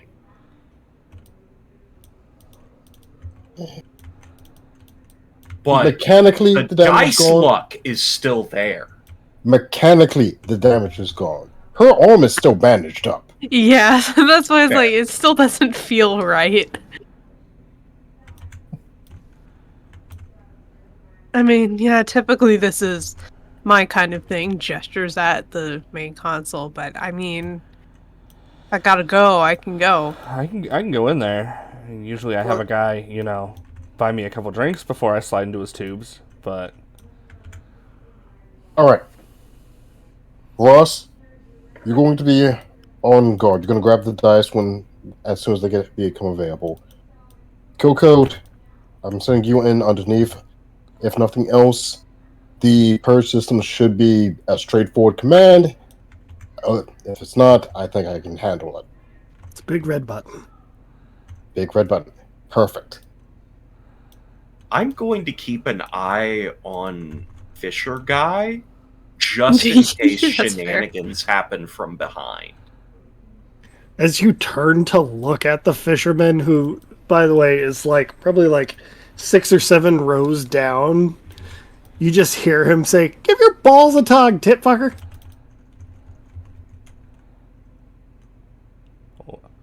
What? What did you say to me?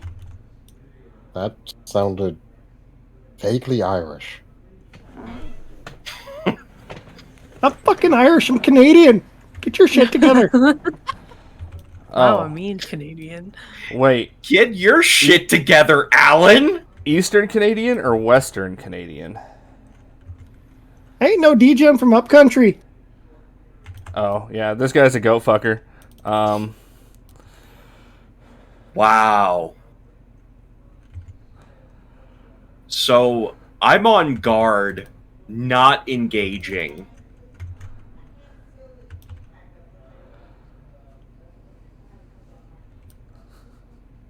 Right. Thank you. Thank you for being on watch, Worm. Alright, let's go. I I don't want to linger on this as longer than I have to.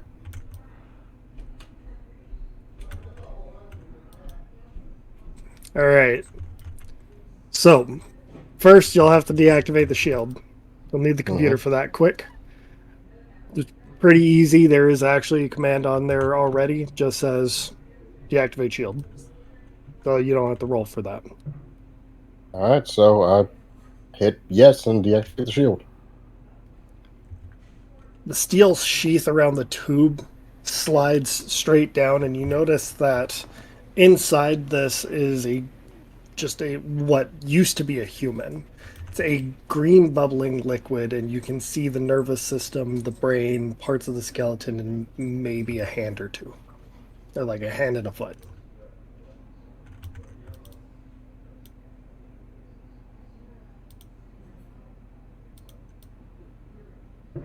And the boy came over, so I'm going to give you guys a blessing of the doggo. How does that manifest in this system? Plus 1 die. Nice. All right, is it time? Do I go into the tube? Yes, you will need to roll a Dex Athletics -2. Okay. What do we think, gang? Should I use the 1 die now? Yes. Even that out to -1? Okay. So that means 5 dice for me. I don't know which ones I want to use. The ones that'll give you the best roll. Yeah, like that. Some of these are very temperamental is the thing. Sometimes they'll be amazing, and other times fuck you. Actually, okay, everyone, just blow on these dice, please. Chat, help. Remember, everybody, this is what TTRPG players are all about. We have our superstitions. I was I hope you all in chat, because that happened to me one time, and without question, I just blew at my screen. You know, as it goes. That's beautiful. I love it. Ooh, okay. So 2 of those dice are out, but the other 3 were 10s. So, okay, we're gonna roll these 3 again. Okay, so that's 4 successes. Damn. All right. Even in this suit, you are nimble. You're able to make your way under there, successfully get all 3 of the holding latches. As soon as you pull on the last one, you hear a loud hiss as air starts to enter through that tube. But the section, the part of the shielding that had already come down is now released, and you watch the whole thing slide further down. Oh. Okay. I was if that's all I have to do in here, I'm just gonna go back up. All right. While you are starting to climb back out, who's doing the button pushing? I will be pressing the button. And Cool. I will reach down to help kill Code out. Grabby hands up. Grabby hands! Uppies! Just bring him up like a toddler. I think it's probably either Ross or Worm Food that hears it first. As the old Canadian guy goes, "Oh fuck, it's the goddamn degens from upcountry." Oh.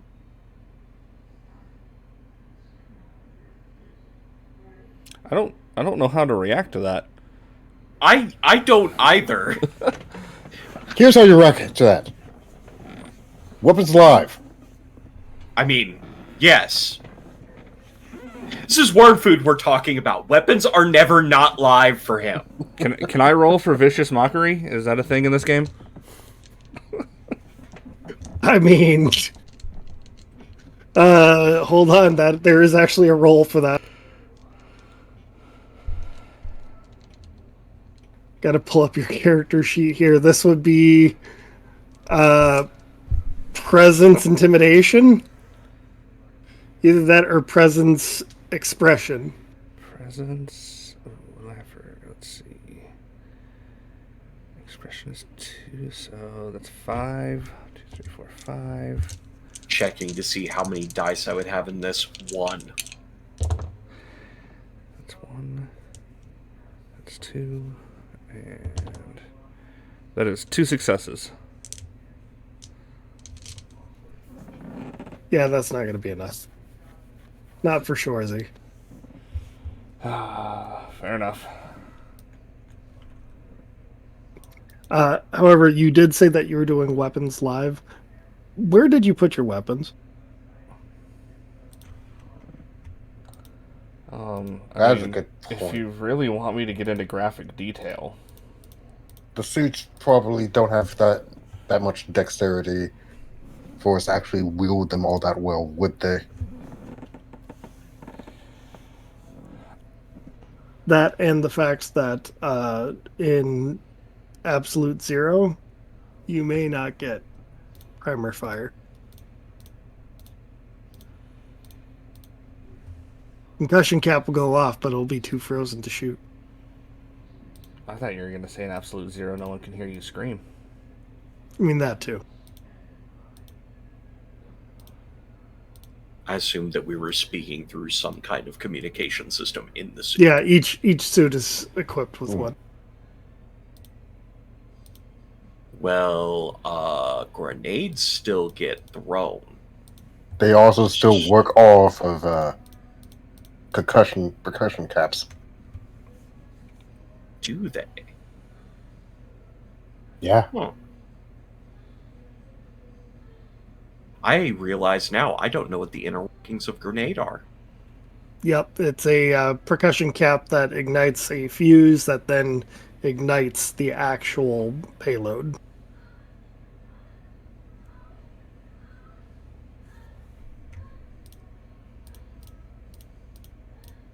Would I know of a way to get ignition in this situation? Your weapons work within your suits. But that also would punch holes in your suit. Correct. Well, that's going to depend on what we get coming down the pike. Anybody want to roll and investigate? Yes. Sure. What's investigation? And I will give you all +1 as your suits have active radar. Ooh. Ooh. Okay.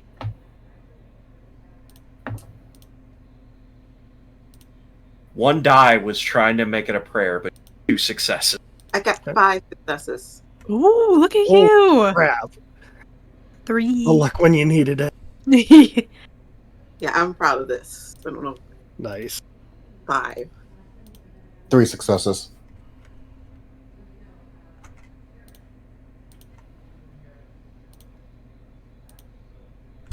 What'd you get there, Bob?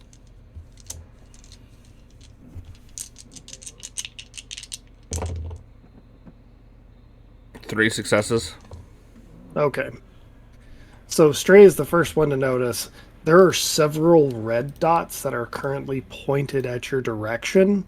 They haven't actually acquired you, but there are figures coming down from the opposite direction. Stray, you're the first to notice. You see the emblem on one of their shoulders. It is a red right hand.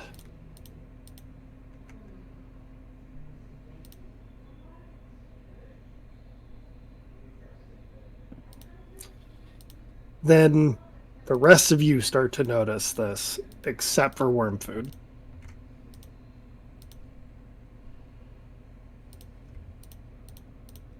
Two successes not enough? Not enough in this environment. Damn.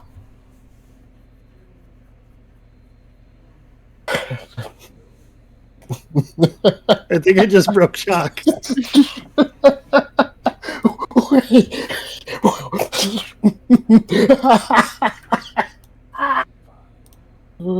Oh.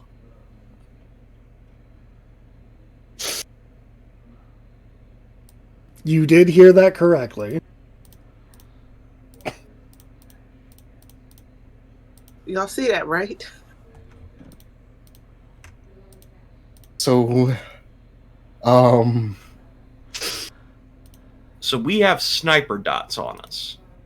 Yeah, that's what Strange just pointed to. Y'all see that, right? no. We don't have sniper dots. They don't use sniper dots. They don't need sniper dots. Is this with or without the problem child? Is my issue. With.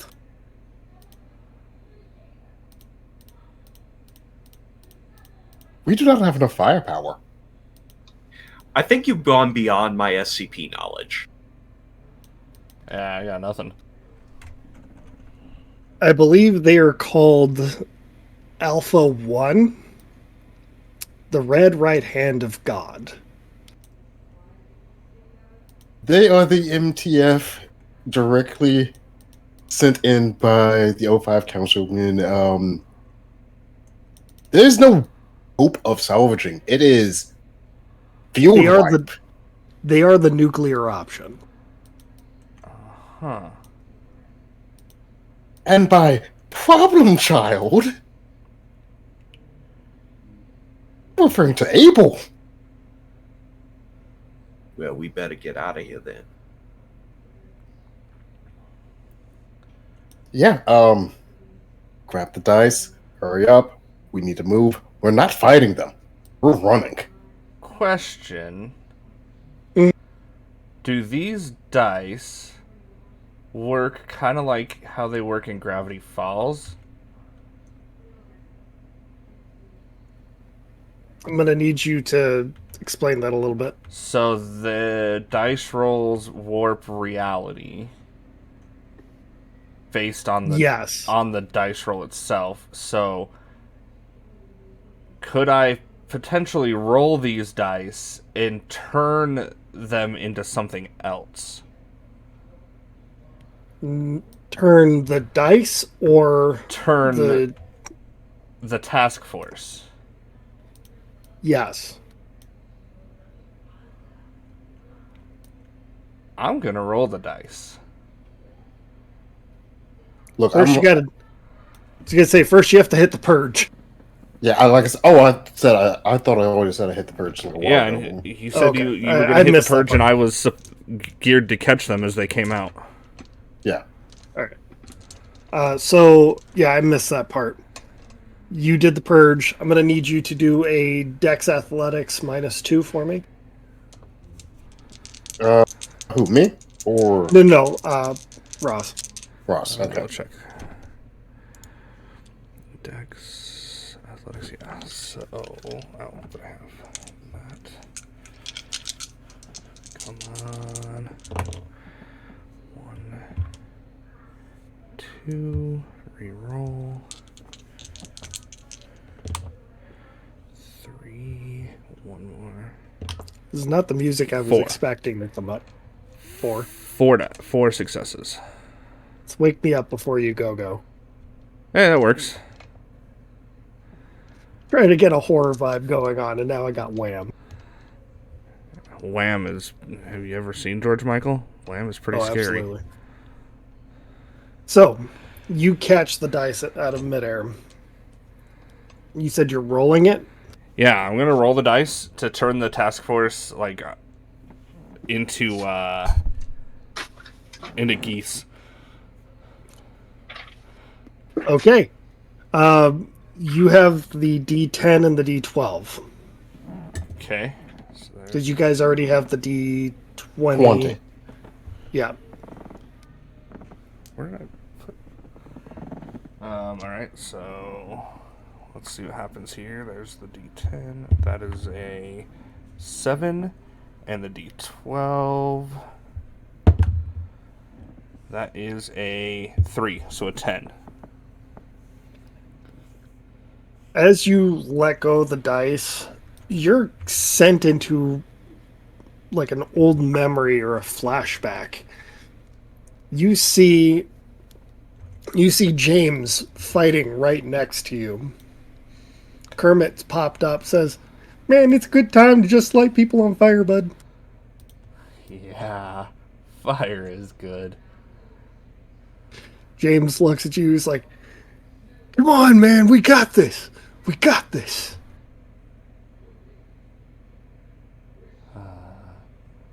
Back in Nam.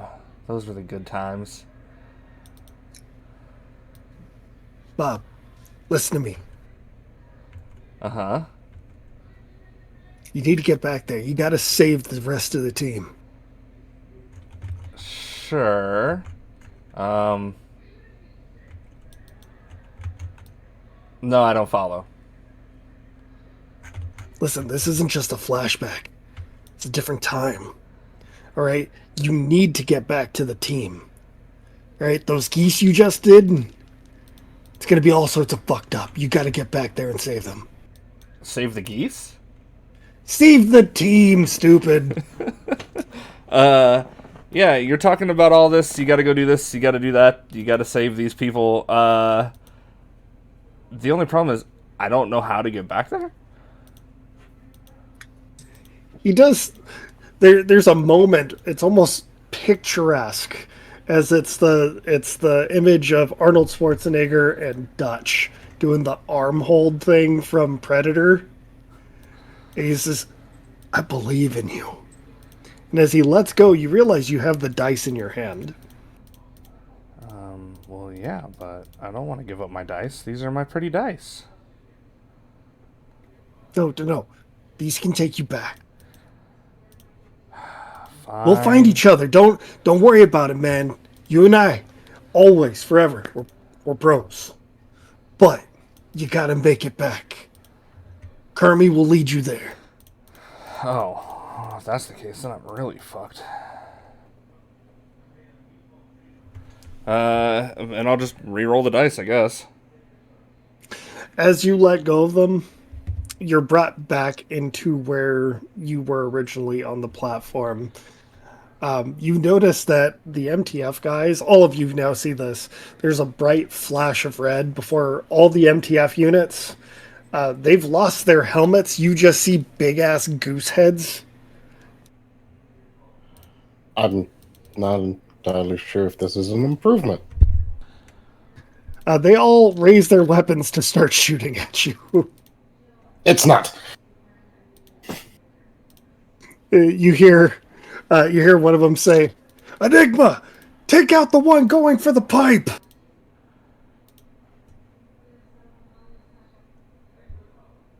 The pipe?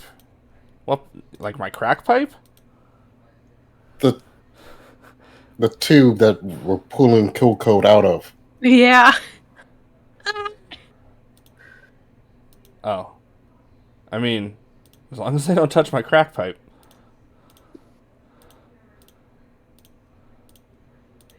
Alright.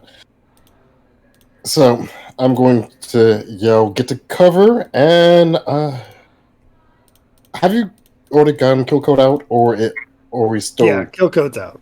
Okay. Alright. Kill code got uppies. Good. Yeah, I'm going to be tackling yeah, she both Worm and Kill Code down so they don't get shot. Other option is down the tube.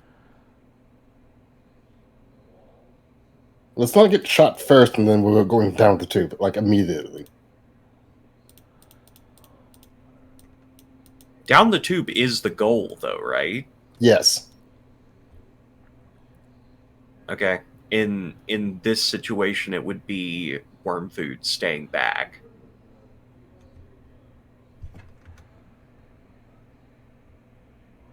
All right.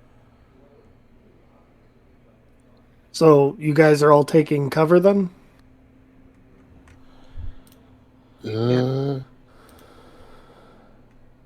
Yes, because I don't think the tube's safe for travel just because it's still purging, correct? No, it's completely purged.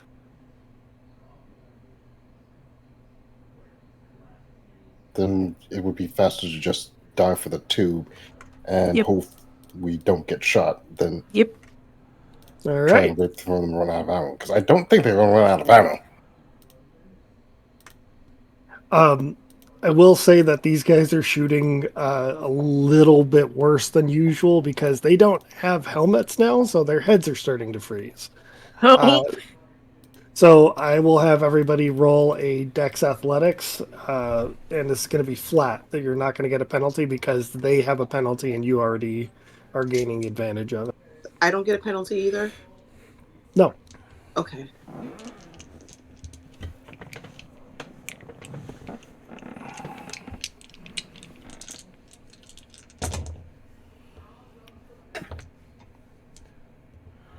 I got 3. All right. Got 2.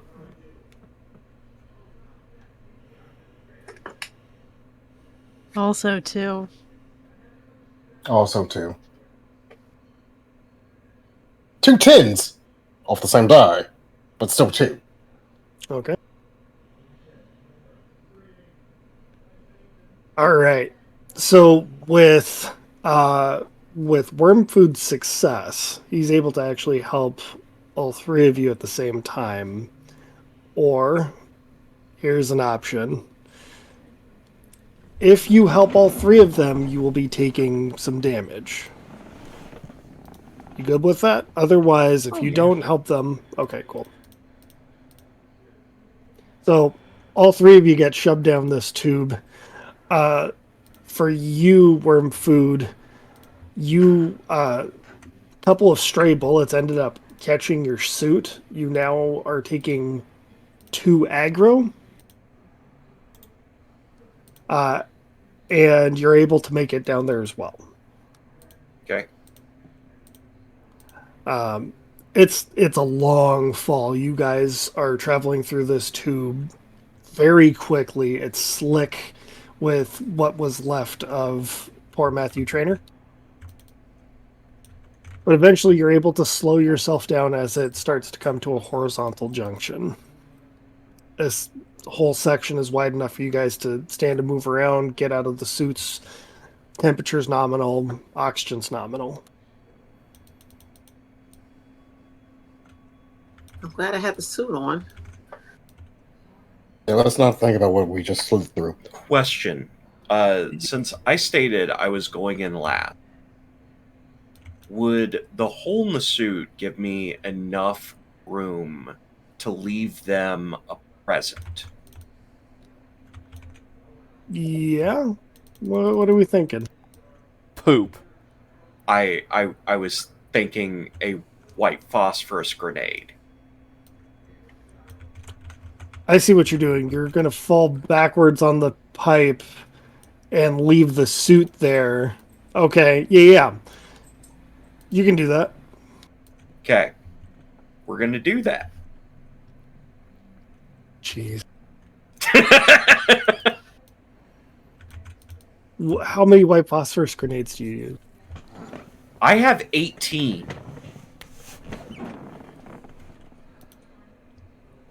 Okay. And after you do this, how many do you have left?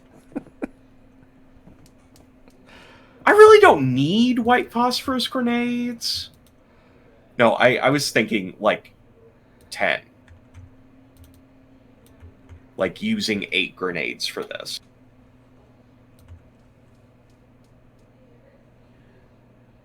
All right. So, as you fall back, you can already start to feel your skin freeze. You feel your blood starting to slow. It is agonizing. But you fall. I'm assuming you have like a piece of cord wrapped around the pins. Basically, that's the idea. All right. You fall and you actually can see somebody looking down over your suit, and they realize that you're literally pulling all the pins out at the same time. They start trying to run off as this thing just explodes violently. The rest of you watch as Worm Food comes sliding in on his back. Do we see the explosion? You don't see the explosion, but there's definitely rubble. That's a satisfying kind of boom. Having a blast, aren't you? Oh, time of my life.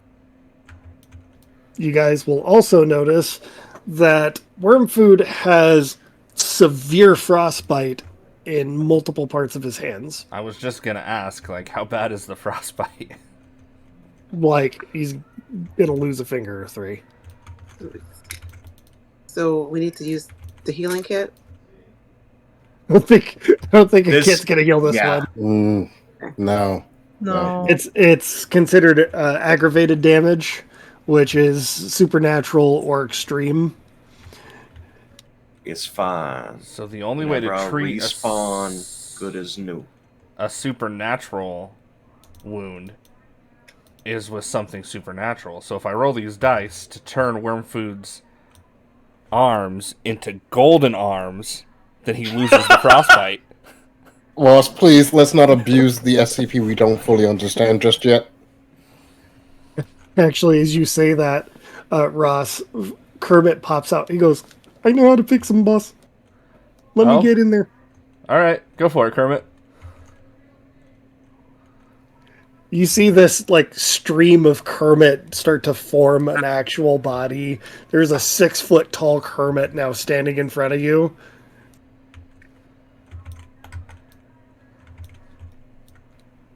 Don't mind me. I'm just here to help. Despite you putting bullets in my head. Are we looking at improved budget Kermit? Improved budget nightmare Kermit. This will go viral if I could record this. Kermit would appreciate it if you didn't make him go viral. It's always been my dream, boss. Kermit takes your hand, and like you start to see the green from his hand start to envelop your hands, and then Kermit disappears.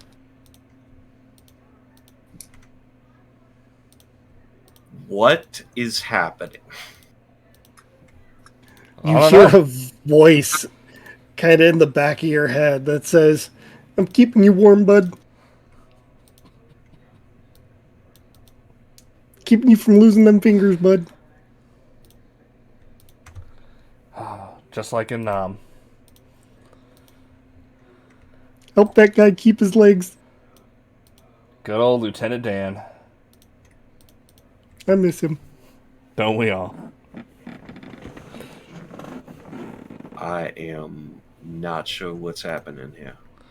Neither am I. You okay, Worm? I check the appendages to see if they are working as expected. You have full mobility. It's a little painful, but you're able to move and grab things that you weren't able to before from the burn. Seems all right. All right. Well, let's keep moving. No matter what you did up there, it's not going to hold Alpha 1 long. I mean, doesn't Alpha 1 have to resurrect in his, sarcophagus if he gets blown up or... Yeah, and last I heard, it takes like about 30 seconds for him to do that nowadays. Yeah, but now he's got to recover from having a swan head, so I'm sure that's going to take him a little bit of extra time. Either way, we better get moving. I'm good. As you guys are moving around, Wormfood, you feel your hand start to move on its own.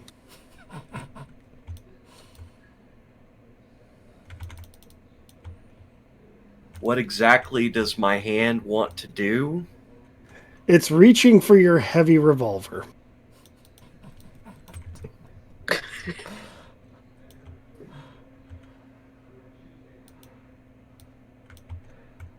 Okay.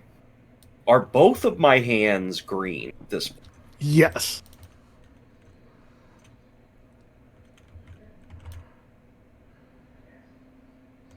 I am going to ignore this situation as best I can. Oh, this is not going to be good. Bear Claw. Yeah. You hear Kermit say, "Idle hands, bitch." You hear him spin the cylinder for the revolver, and then a loud click as he hits an empty one. Says, "Just wanted to get that out there." Oh. I didn't know Kermit was into Russian roulette. For Just the like- record, I don't know that there would be an empty chamber. You didn't realize that he's taken one out. Okay. Kermit says, "Just like back in Nam, bud." Right. Okay.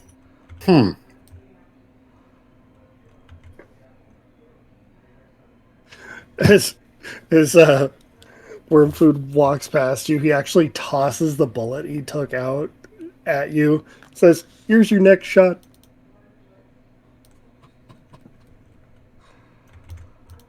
This is still not the weirdest thing to happen. No, I think it was the cheese monster. To be fair, this day still doesn't have anything on Clef at the Halloween party. I don't know. Philly cheesesteak, man, was pretty good. None of you've sat in on reality bender training with Clef before. That's fair. All right. No. I'm moving to No, I the haven't. front and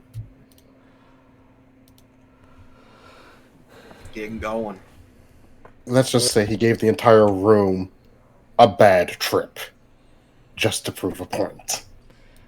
I mean, I don't need to go on reality bending training. Did you not just see what Kermit just did? I think I'm reality bending enough. It's how to deal with reality benders. And yet you still don't know how to deal with me. I'm just thinking of reality bending in terms of Avatar: The Last Airbender now. I mean, it's about the same. Don't you deal with it by just dealing with it? It's a For whole some- thing. Don't. I was gonna say that's more difficult for some than others. Yeah, I mean, it's what it is. And I will look down at my Kermit hands and be like, just so you know, I will stomp you off if I need to. I wasn't gonna kill him. Just saying. You can't put me through worse than I put myself through. Your hand's name's Kermit.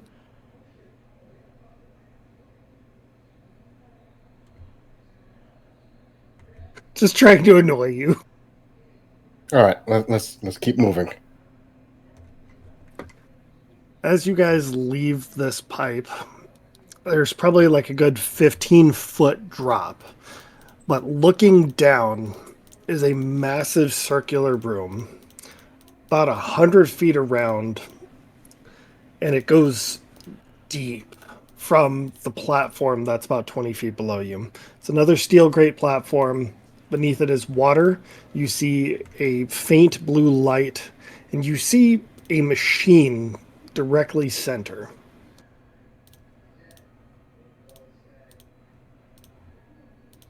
This seems like a place to set up a rappelling place.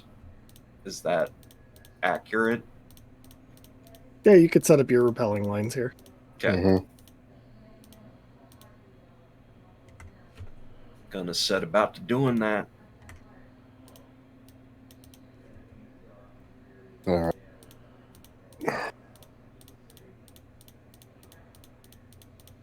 All right. Well, the line's getting set up. I'm gonna go around and get a sit rep from everybody. How are we looking on supplies, injuries, whatnot, mental states? I got about 6 good fingers left. I don't know, the animators only had chance for 4 each hand, so I'd say that's 8.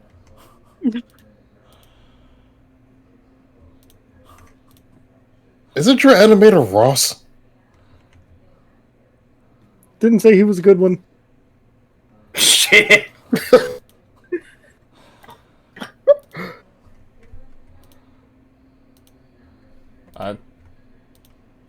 Okay. I love you, Ross. Don't take it personally. Just like to crack jokes. Just remember, buddy, it's not easy being green. No, it ain't. I miss him. Right. Well, I'm good. I just want to make my content.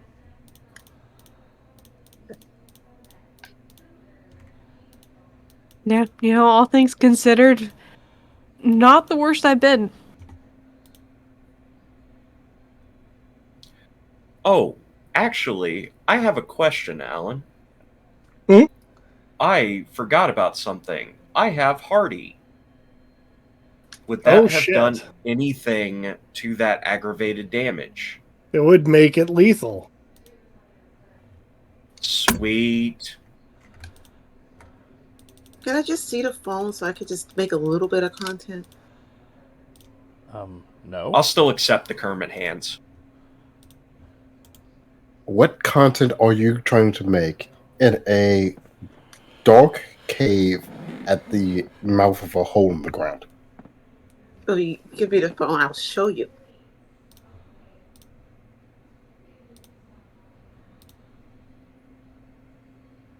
Answer the question first. Just a quick TikTok.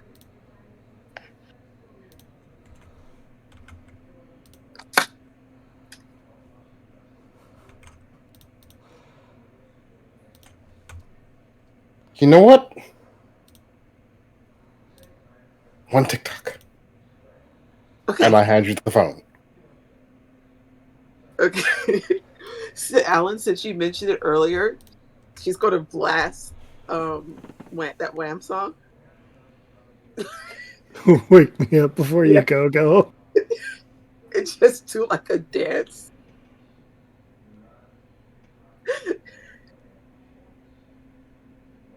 I'm just gonna go walk off and just like, I'm gonna regret this later, but I owe to her. I did kill her earlier. It's the least I could do. If I recall correctly, this is leading into your vice. Yeah. You can actually regain willpower for this. Oh, awesome. Thank you. Because you let yourself fall into your vice more, so this would definitely give you a willpower.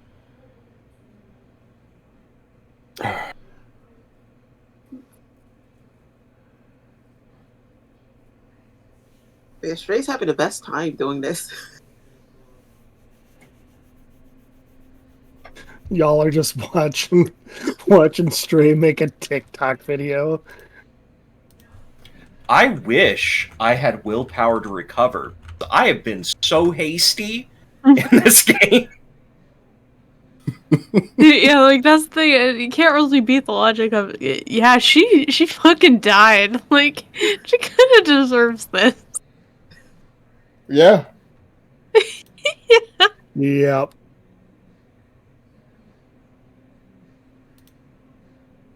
Okay. I would say that she would shoot her shot, but I think Bear Claw did that for her.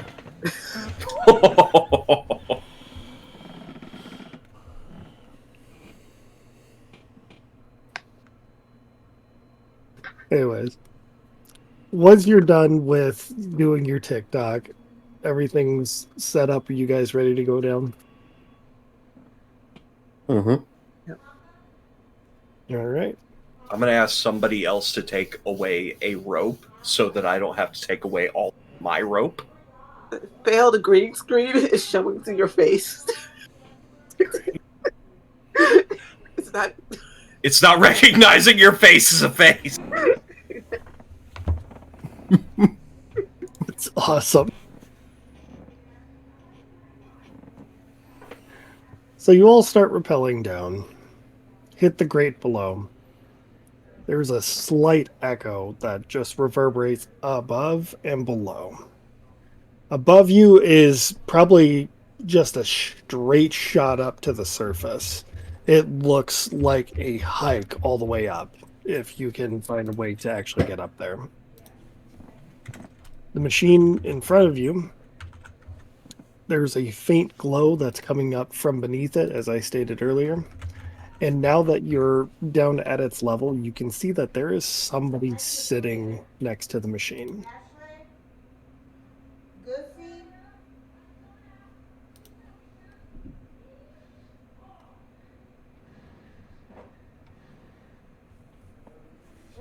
Okay.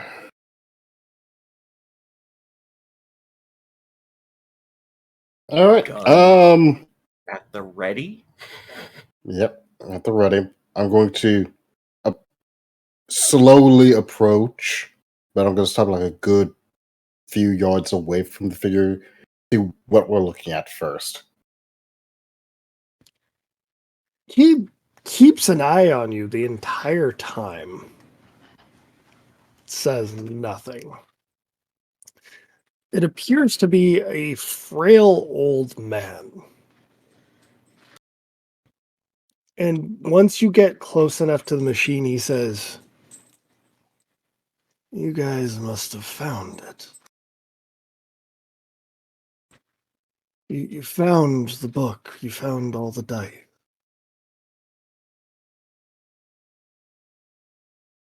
Found 3 of the dice. Yes. Not like we're looking to complete a set. The reality engine works only with all of them. I'm assuming that we're looking at a full set of 7. Correct.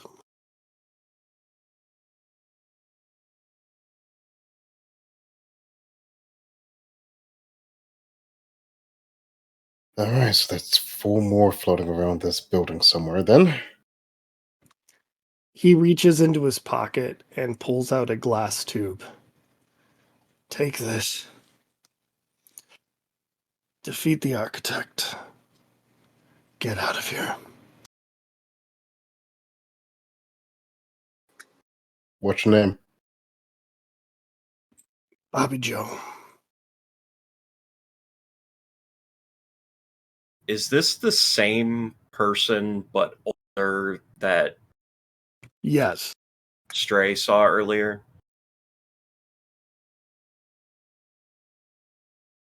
Well, how kind of you. Thank you. Are you? Did I see you earlier? Yeah. Glad to see you made it. Thanks for your help. After he hands off the tube, you just hear his breath slip. As he lets go, you hear that there are 2 dice in there. Take a look at inside the glass tube. Which dice are we looking at? The D4. See here. You have a D4, D6. You guys have the D6, the D8, D12, and the D20, right? Yeah.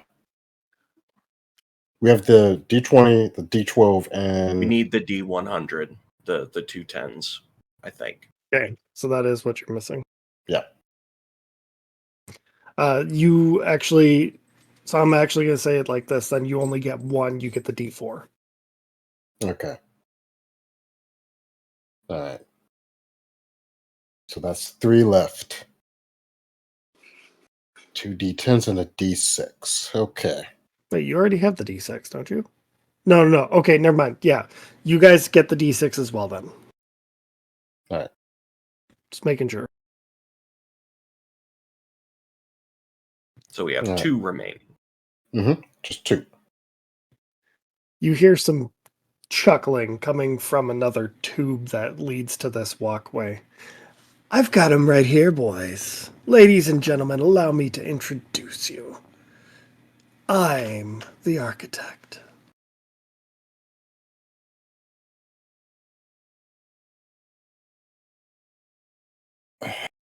Whoa. Oh. nice to meet you face to face, finally, so to speak. Listen, we all want the same thing. We want freedom, right?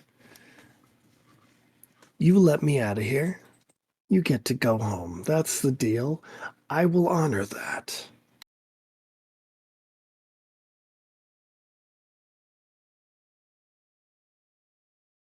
Okay, then. Well, then just hand over the 2 dice. We just get the reactor back up and running, and we all walk out of here free and clear.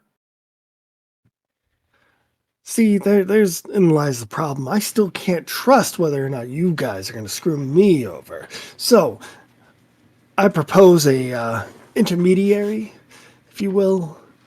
You place what you have in the reality engine. I will place the 2 that I have in the reality engine. And then we will turn it on. Now, see, we kind of have a similar dilemma. We weren't the ones who triggered traps on the other party for shits and giggles. Listen, I've been bored in here for so fucking long. I do apologize for trying to kill you, but you know what? Some of those traps weren't actually placed by me. It's by your predecessors.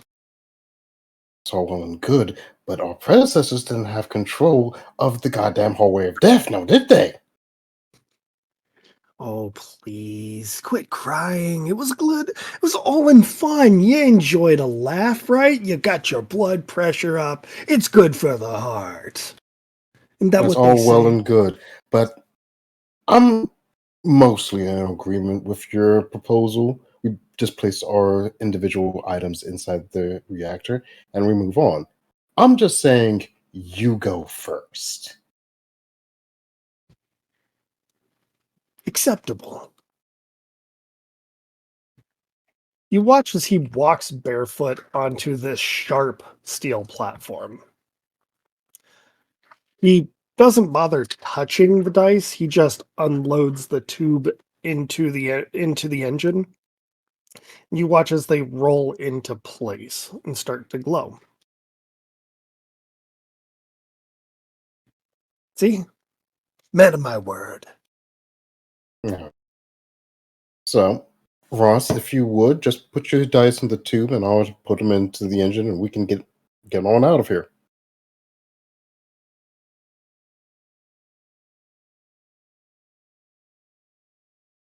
What is the like? What are we looking at when we see the architect So- right now? He is about 5'4". He's not very tall. He looks very almost emaciated, but still has definition.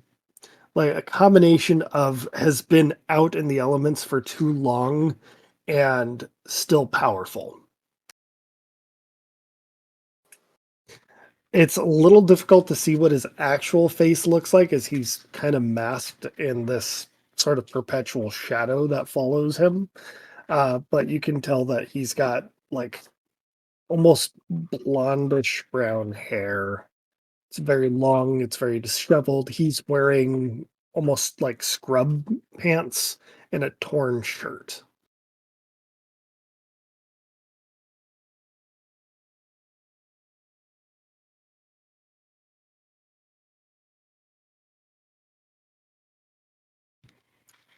Go on, Ross. Put the dice in the thing. You want to go home, don't you?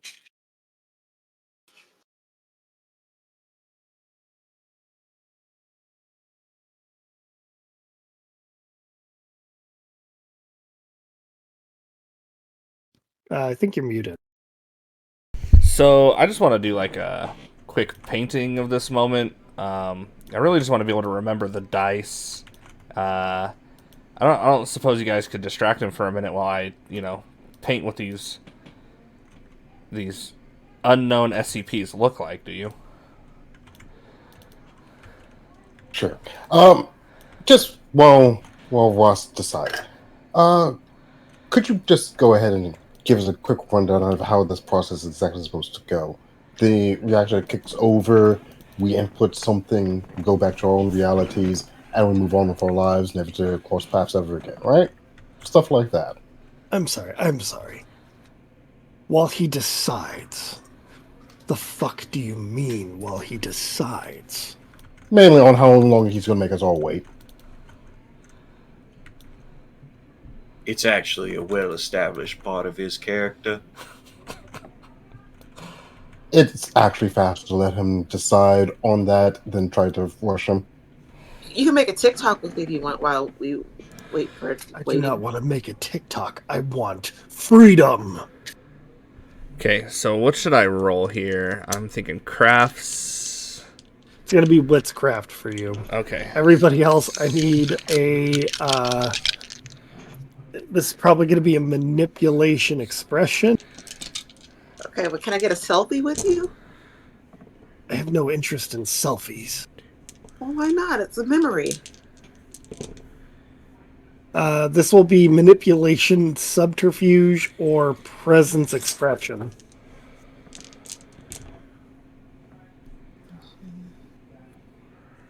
You said manipulate subterfuge, or is that just for Stray? No, that's for everybody trying to convince him. Okay. For you, Stray, says, you know what? Fine. Let's take a selfie. One more. She will take one with them. What do I have to roll again? Not going to have you roll for taking the selfie. I am, however, going to have you roll a resolve composure.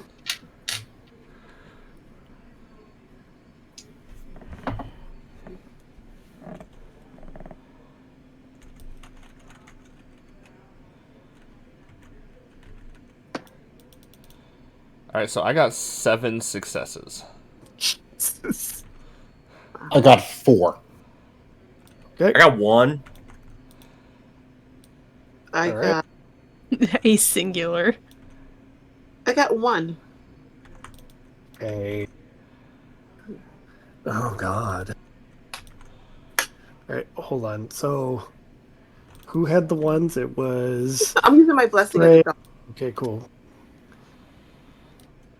You could do that. Why don't you go ahead and roll an additional die?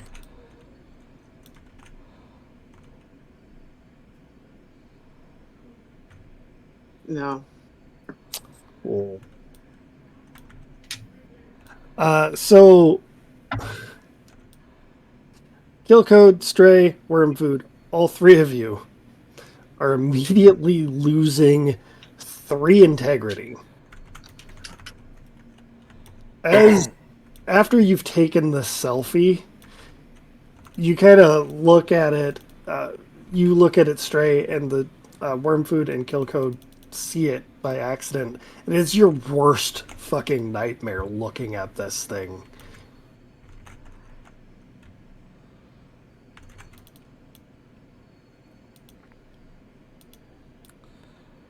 I don't think that'll do it all. I told you, you really don't want to mess with me. I wasn't My messing with freedom. you. I really wanted this for my content. I think you got that wrong, boss. I think you don't want to mess with me. Wait, are you guys gonna fight? I'm done painting, by the way. I So I do have a goal. Okay, what do we do? A goal to get him away from the reality engine.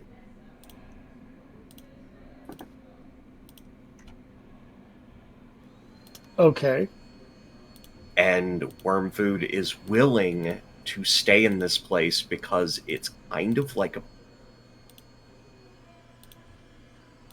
Okay.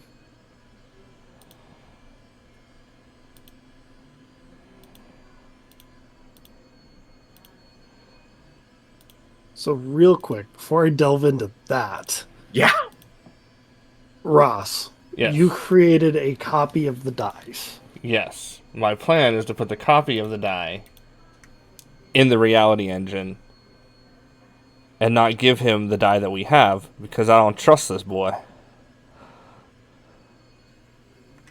As you put the dice in the reality engine, it starts to spark to life, and then immediately the engine dies. Oh, well, that's too bad. The architect looks directly at you and says, "Did you honestly think that was going to work?" Did I honestly think what was going to work? Trying to put a dupe in there. These aren't dupes. These are the real deal. You can look at them, you can pick them up, you can roll them yourself. I will admit, they're impressive fakes, but they're fakes nonetheless. I have never made a fake in my life, sir.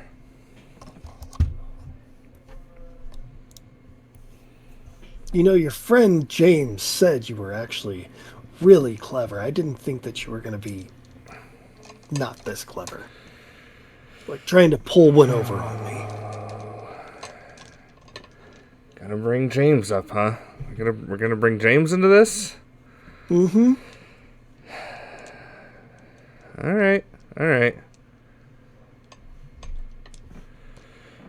I'm gonna look at him for a minute, and then I'm gonna roll the dice that I have. Okay. What are you trying to do? I am going to... My hopes are rolling these dice, I can warp myself and him somewhere else, and then I can have him get eaten by a giant Kermit. Yes, I support this. High or low? I will go... Ooh, I will go high. Okay, one more time. I'll go high again. As you release the dice, you and the architect are transported back to the foyer. However, as Kermit comes out, takes one look at him and says, "Nope, fuck that," and goes back. God damn it, Kermit.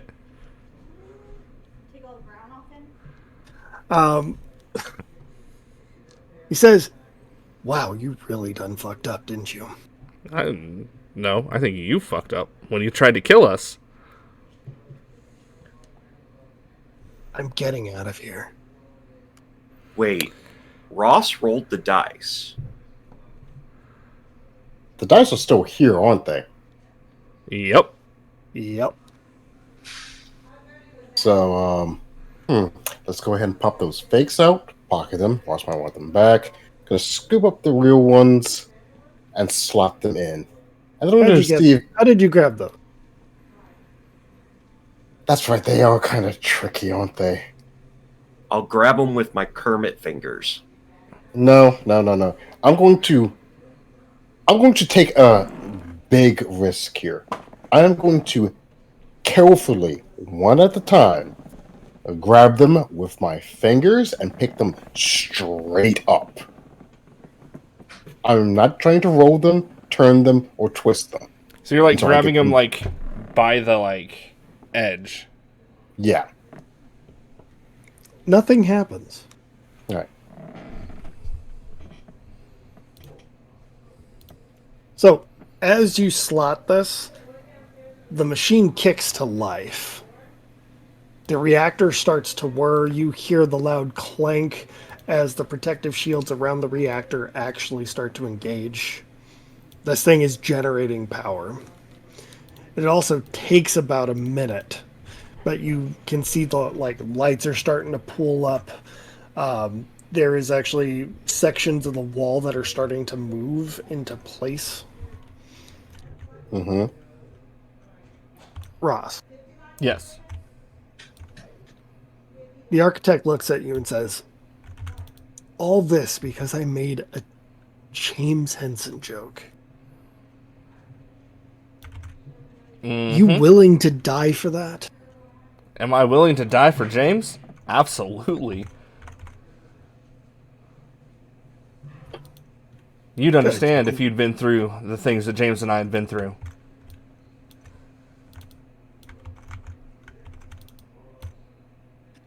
You hear somebody screaming from the library, comes running up behind the architect and stabs him with a K-bar. Says, "God damn it, Ross, run!" All right. And away we go. I do have a question, Alan. Mm-hmm. We had discussed at one point, as I lose integrity, shit gets a little funky. Mm-hmm. Can I detect where Ross is? He is directly above you and about 50 feet the opposite direction. 50 feet across. Can I try to get to him? Yes, you can. Okay. What would you like me to roll? I'm going to need you to do a resolve composure. Okay.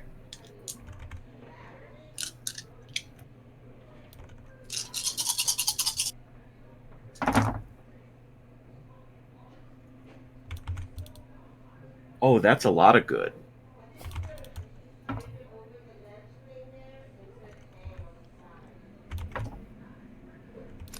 Real quick, which one of you has the scientific measuring equipment? That definitely wouldn't have been Ross. I think. I think it was kill code. Yeah, I'm fairly sure it's skill code. Probably. 9 successes. Oh, damn. That's good. Give me a second. I'll get to you.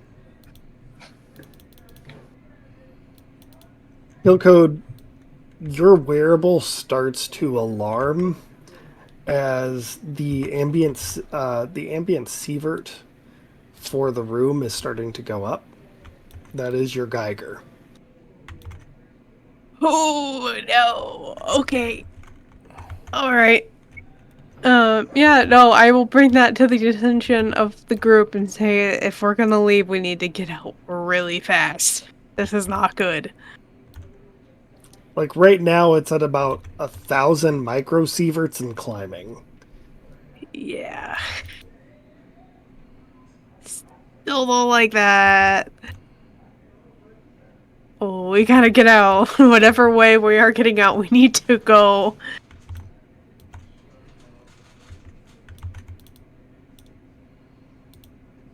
Let's go. All right, move it. Let's go. Sheen's still spooling up.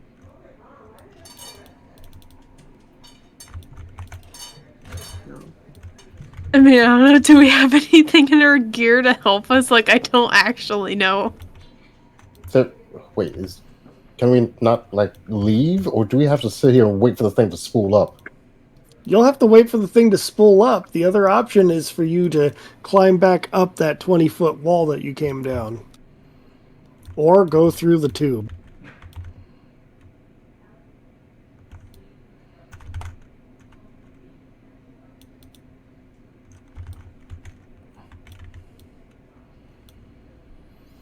All right, everybody, make for the tube. I'm gonna stick here. If we need to do anything, I'll be here to do it. Wait, No need for everybody to take lethal radiation damage. we're in hazard suits, right? Did you guys put on your NBCs? The better question is, did we ever take them off? Yeah, Fair enough. that was the point of asking if they fit into the space Yeah, suits. they would have fit in there. Yeah, so we never took them off. Okay. So, but NBC suits only withstand certain amount of radiation. Which is fair. I'm just saying it might give us a little bit more leeway. Yeah, but the respawner has already disappeared to try and get to Ross. Yeah. I'm telling Kill Code and Stray to move for the tube and make Fair. your way out. If the engine needs any more work, I'm sticking around to do it. Fair enough. So, I'm assuming the two of you follow that order? Mm-hmm. Yeah. Cool. Once you get into the tube, you hear skittering and squelching. Is it the same skittering sound I heard with the crab thing? Yep. Oh. Kilko, there's a crab thing. Oh, I don't like how you said that.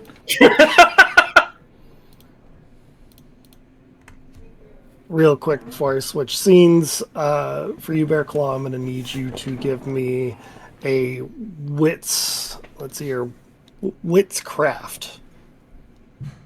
Either that or a strength brawl. You're going to fix something, but either you're going to use your intelligence or you're going to do some percussive maintenance. Ah, crap. I do not have any in craft, but I have wits. You have science or... Hold on, let me look. I do have science. Yeah, you can do that with science. With science, okay. Alright, so that's 5. And I'm going to go ahead and burn a willpower. So you add 4 more. And have I burnt the doggo bonus? I haven't burnt the doggo I don't bonus. think So so yet. let me burn my doggo bonus. Alright. Yes, I'm using everything for this, because I'm not going to let this screw up.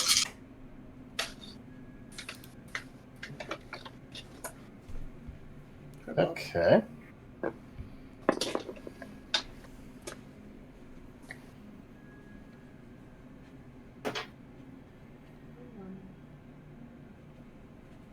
That's a 6. 6 successes. Nice.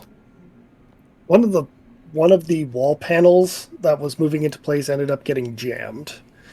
With your knowledge of hydraulics, you're able to actually get the hydraulic line cleared up and reset so that it is now moving into place properly. The engine starts to spool up faster and faster now that things are lined up, and there is a bright, brilliant blue light coming from the center that is opening up a portal. Before I deal with what you guys are going to see, I'm going to go back up to Worm Food and Ross. Ross, James is right next to you. He goes, "It's good to see you, man." You too, James. I've been looking all over. And, I know. Kermit's here somewhere. Yeah, I know. Listen, you got to get out of here.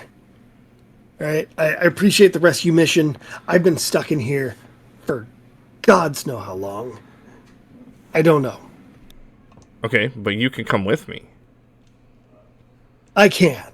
Yes. All right, then let's go. Let's get out of here. All right. Just as the two of you are about to keep running, Worm Food pops up through the floor. Oh, hey, I found Kermit. Time to go, Ross. Yeah, I gotta go. James is here. We gotta get out of here. What do I see?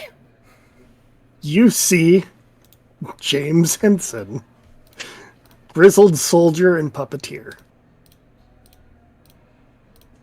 Then I am going to, try to tag and pull them back. As you reach out to grab James, Kermit says to you, "That's not James. That doesn't feel right, bud." And I change direction and listen to Kermit, because that's what Ross would want me to do. Ross, I'm going to need you to roll me a Dex Athletics -1. Dex Athletics -1, so that puts me at 4.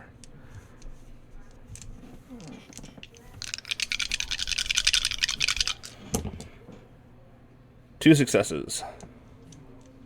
Okay, you narrowly avoid getting just completely fucked up as James tries to take your head off with the K-bar.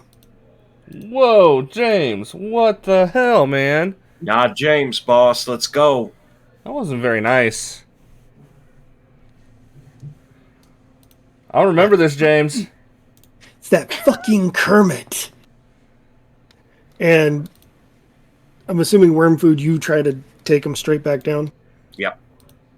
All right. Given your existing roll, I'm not going to have you re-roll it. It was a solid ass roll. I had one that just kept coming up 10.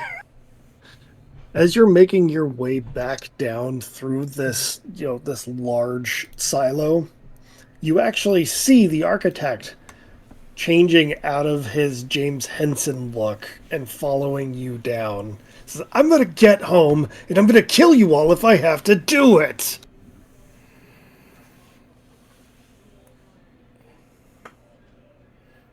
Somehow I just don't believe you. But I need you to roll a resolve composure. Just worm food.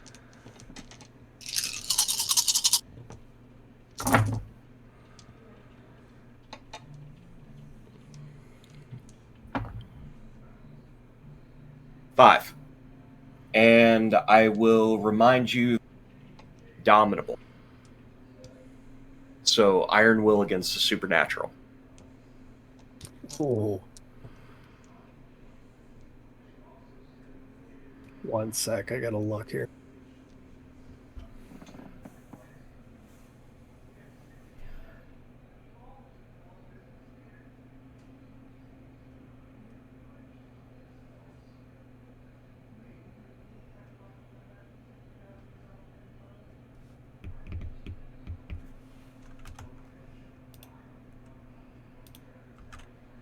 Oh shit. Okay.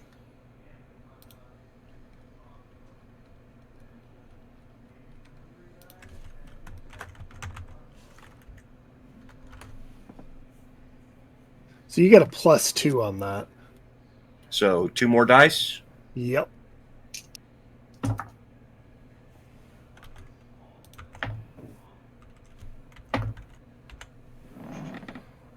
One more success, so 7. Okay. Hold 6. 6. Sorry. on. That's 12.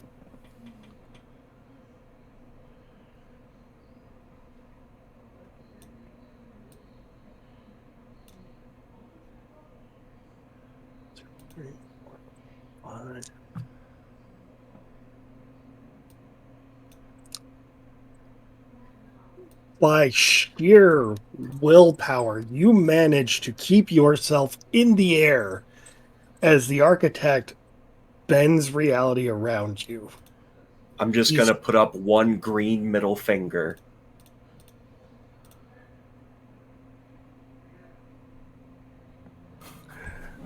The rest of you, so actually, I'll start with Bearclaw. Bearclaw, you see this happening above you.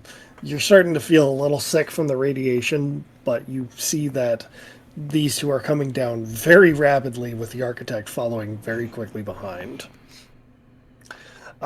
From Stray and Killcode's perspective, you guys see this mass quickly making its way down this long-ass tube.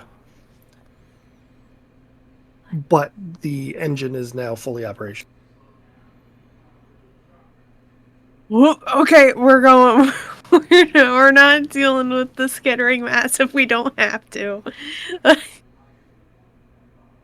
Down the tube, down the tube, down the tube. Kids, if you ever have a chance to say no to a skittering mass, say no! Yeah. Unless that skittering mass is made of teddy bears, then it just wants a hug. No.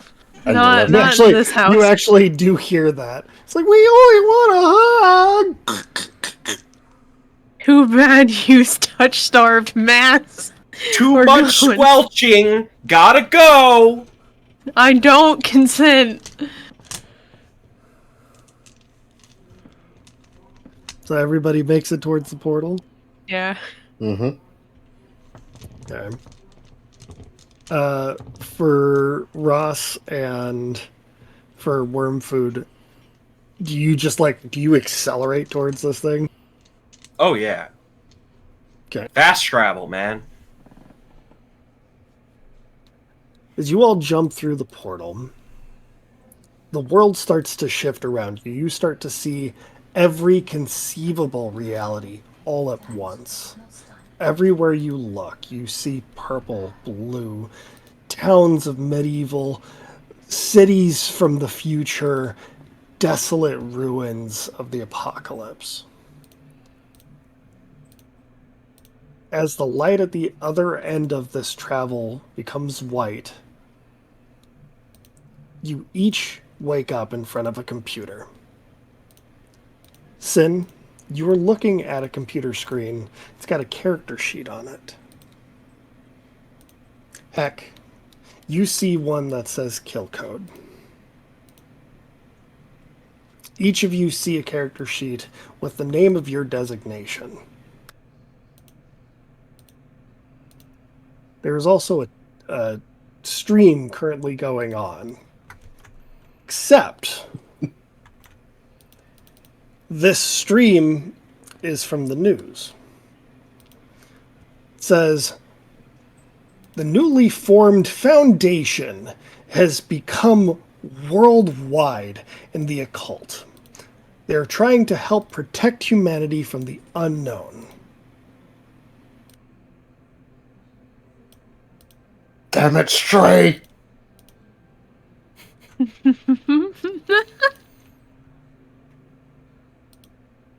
Your screens all go black for a moment. There's a little eye cursor that's just sort of blinking in and out very quickly. It says, told you I would get home. Knock, knock. Let me type out. Windows, there? X, apps and features, please. Uninstall Architect. Thank you.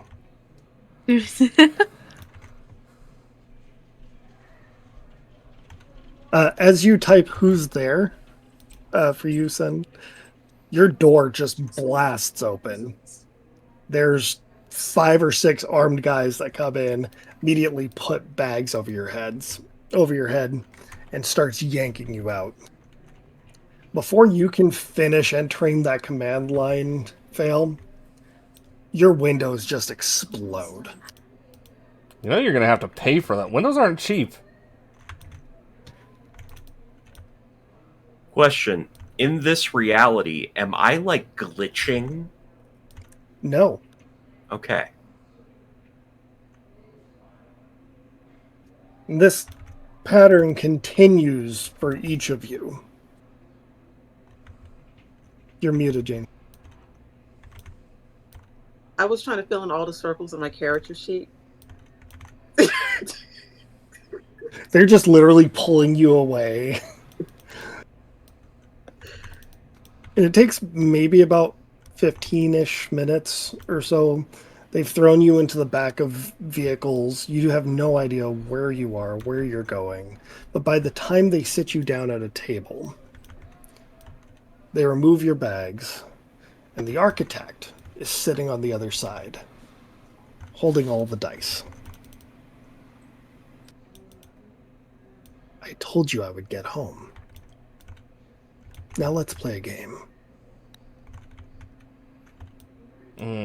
No can do, baby doll. I need some food.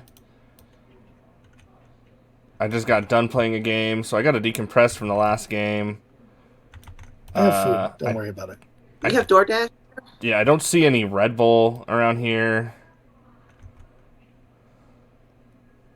That was actually the end of the campaign, but I love how you guys are just causing so much I know, they're panic. just ad-libbing. Just going Oof. for it. But yeah, that was the end of the campaign, guys. Well, if you don't say that... I don't think the architect understands the situation here. The end of the campaign happens when I say the end of the campaign happens. Oh god. God, See, you the are architect tech. is just stuck with Robert now. Yeah, he becomes the new Architect GM. meet architect. But Stray's waiting for dinner. Dinner was provided. They had like boxes upon boxes of Dominoes waiting for you guys. But I Plenty of wanted, Red Bull. I wanted to order something else. Anyways, that's the end of the story. let's go ahead and do the game wrap up here. I guess let's start with Bob Ross himself. Hey everybody, I am Robert Ross, your, I guess, the Rustwalkers' resident antagonist. I am just here to cause problems, mainly for the team leader. Hopefully we'll get to, encounter the Rustwalkers again. I'm sure there's many more adventures we can go on. And yeah, we'll go ahead and we'll move this along. Alright, that takes it to me. Hey everybody, it's me, Sir Hecla. I'm here. I'm on your screen. And this was the last session, I guess, with Kill Code. You can find me all over the internet at Sir Hecla, including Twitch, Itch, I guess Twitter, Instagram, Blue Sky. I'm all over the place. Just find me. It's the best place to figure out where I'm going to be in the TTRPG space next, because I tend to wander a lot. And wear a lot of different hats. I do things like game design, video editing, graphic design, that kind of stuff. And then namely AP is just kind of and a whole bunch of different channels. With it being the holidays, I'm not entirely sure of that schedule. So just follow me on the socials to figure out if I'm in like Neon Lights roleplay, here at Singularity. I do some stuff at Lost Caravan. I have some stuff coming up with Magic Academy. There's a whole bunch. And I tend to not shut up about any of them on the socials. So go and check those out. That's me. Over to Shock. All right. Yes, I'm Shockpoint Farrier. I'm glad everybody could join us here tonight. I have played Bear Claw, and yeah, don't quite know what happened tonight. But where you can find me? You can find me on Twitter at Shockpoint622 for as long as Twitter exists. I will be there under that tag, and you can also find me at Blue Sky at Shockpoint Failure. Now, on the realm of things you can watch me in, every Monday and Wednesday, I do stream my own stuff right here on Twitch. And let's see, next time you'll be able to catch me, tabletop-related content will actually be not too long. I believe I'm showing back up again for an episode of Breaking Neon on this upcoming Sunday, if I'm not mistaken. Yeah. Uh-huh. All right, so there's that. I've watched the socials I mentioned earlier for when I'm doing stuff. Oh, quick thing, I haven't mentioned in a while, but yes, I am the writer of Noctis Archive over on itch.io. It is currently in the process of being rewritten. Keep an eye out for it. Plan is still to have the new and expanded version up on itch by the end of this year. I am coming real damn close, but it should be still accomplished by that end goal. So watch out for that. And I believe that wraps it up for me, so I'm going to pass it on over. That's to me. Hi, I'm Sin, Synthetic20 on all the social media it matters, which is Blue Sky, Discord, whatnot. But also, if you're still on, it's Asynthetic over there. There's a couple of things coming up for me. I'm actually super excited. I just got confirmed during our break that I'm going to be playing 10 Candles with one of my friends. And it's going to be on Monday, and it's her first time streaming from her channel. And we're doing a Christmas-themed 10 Candles one-shot. So I'm gonna die. Hoops, well, you're all gonna die. It's 10 Candles. We're all gonna die. That's what 10 Candles Yeah. is. You're absolutely right. That's going to be over on Nocturnal_7. So if you are interested in that, then give her a follow for that and much more, I'm sure. Then I'm going to be back here on 21st for Heart of Darkness. And the 28th, I'm going to be playing Pathfinder over on Lost Caravan. But the big thing is the 5th of February, the first Monday of February, we'll be starting Queensgate Chronicles over on my channel. I'm super excited about that. Alan helped make the world. It's sufficiently weird, and I'm jazzed about it. I can't wait to get started on. There's other stuff that's also coming down the pipe, but, if you're interested in systems, I'm making that system. The system for the RPG is one that I am creating. It is also a D10 dice pool system. So if you like Chronicles of Darkness, you might be interested in my game as well. I think that's everything. Go on to Janie. Hi, I'm Janie. I don't do promotions for myself for some reason. So I am in places. You won't probably see anything on social media because I forget to post. But I'm here for Breaking Neon on the day that it's on, which is Sunday. And this is always really awkward for me, so I'm just going to stop talking, please. You're muted. Said, oh, that just leaves me. I know that this feels like it was cut kind of short. I was just trying to get everything in and so that we could wrap this up in a nice 3-episode deal. But yeah, my name is Alan. I'm a professional game master and game writer. I write games for City of Mist and the City of Mist Garage. You can find those in the City of Mist Garage on DriveThruRPG. Or you can come here and watch us play them as we run through Breaking Neon, which is this Sunday. Come back. We're doing part 2 for Elegy to Madness, where our crew is discovering the Lovecraftian nightmare that is heavy metal. It's fun. And then after that, we have towards the end of the month, we have King's Gambit, and then we start our whole process over again at the beginning of the year with Fragments. Who do we have for a raid? I didn't even look. That's a good question. See who I got. Live from the Apocalypse is up. Ooh, Diversity Saves is also up. There's a lot. Everyone's on for Friday nights. It's great. Tony Plus One is also on. Oh, where is my... Any of those. All fantastic folks. Yeah, we could do Live from the Apocalypse. Hold on. There we go. That's the right one. All right, Live from the Apocalypse. Yeah, let's do that.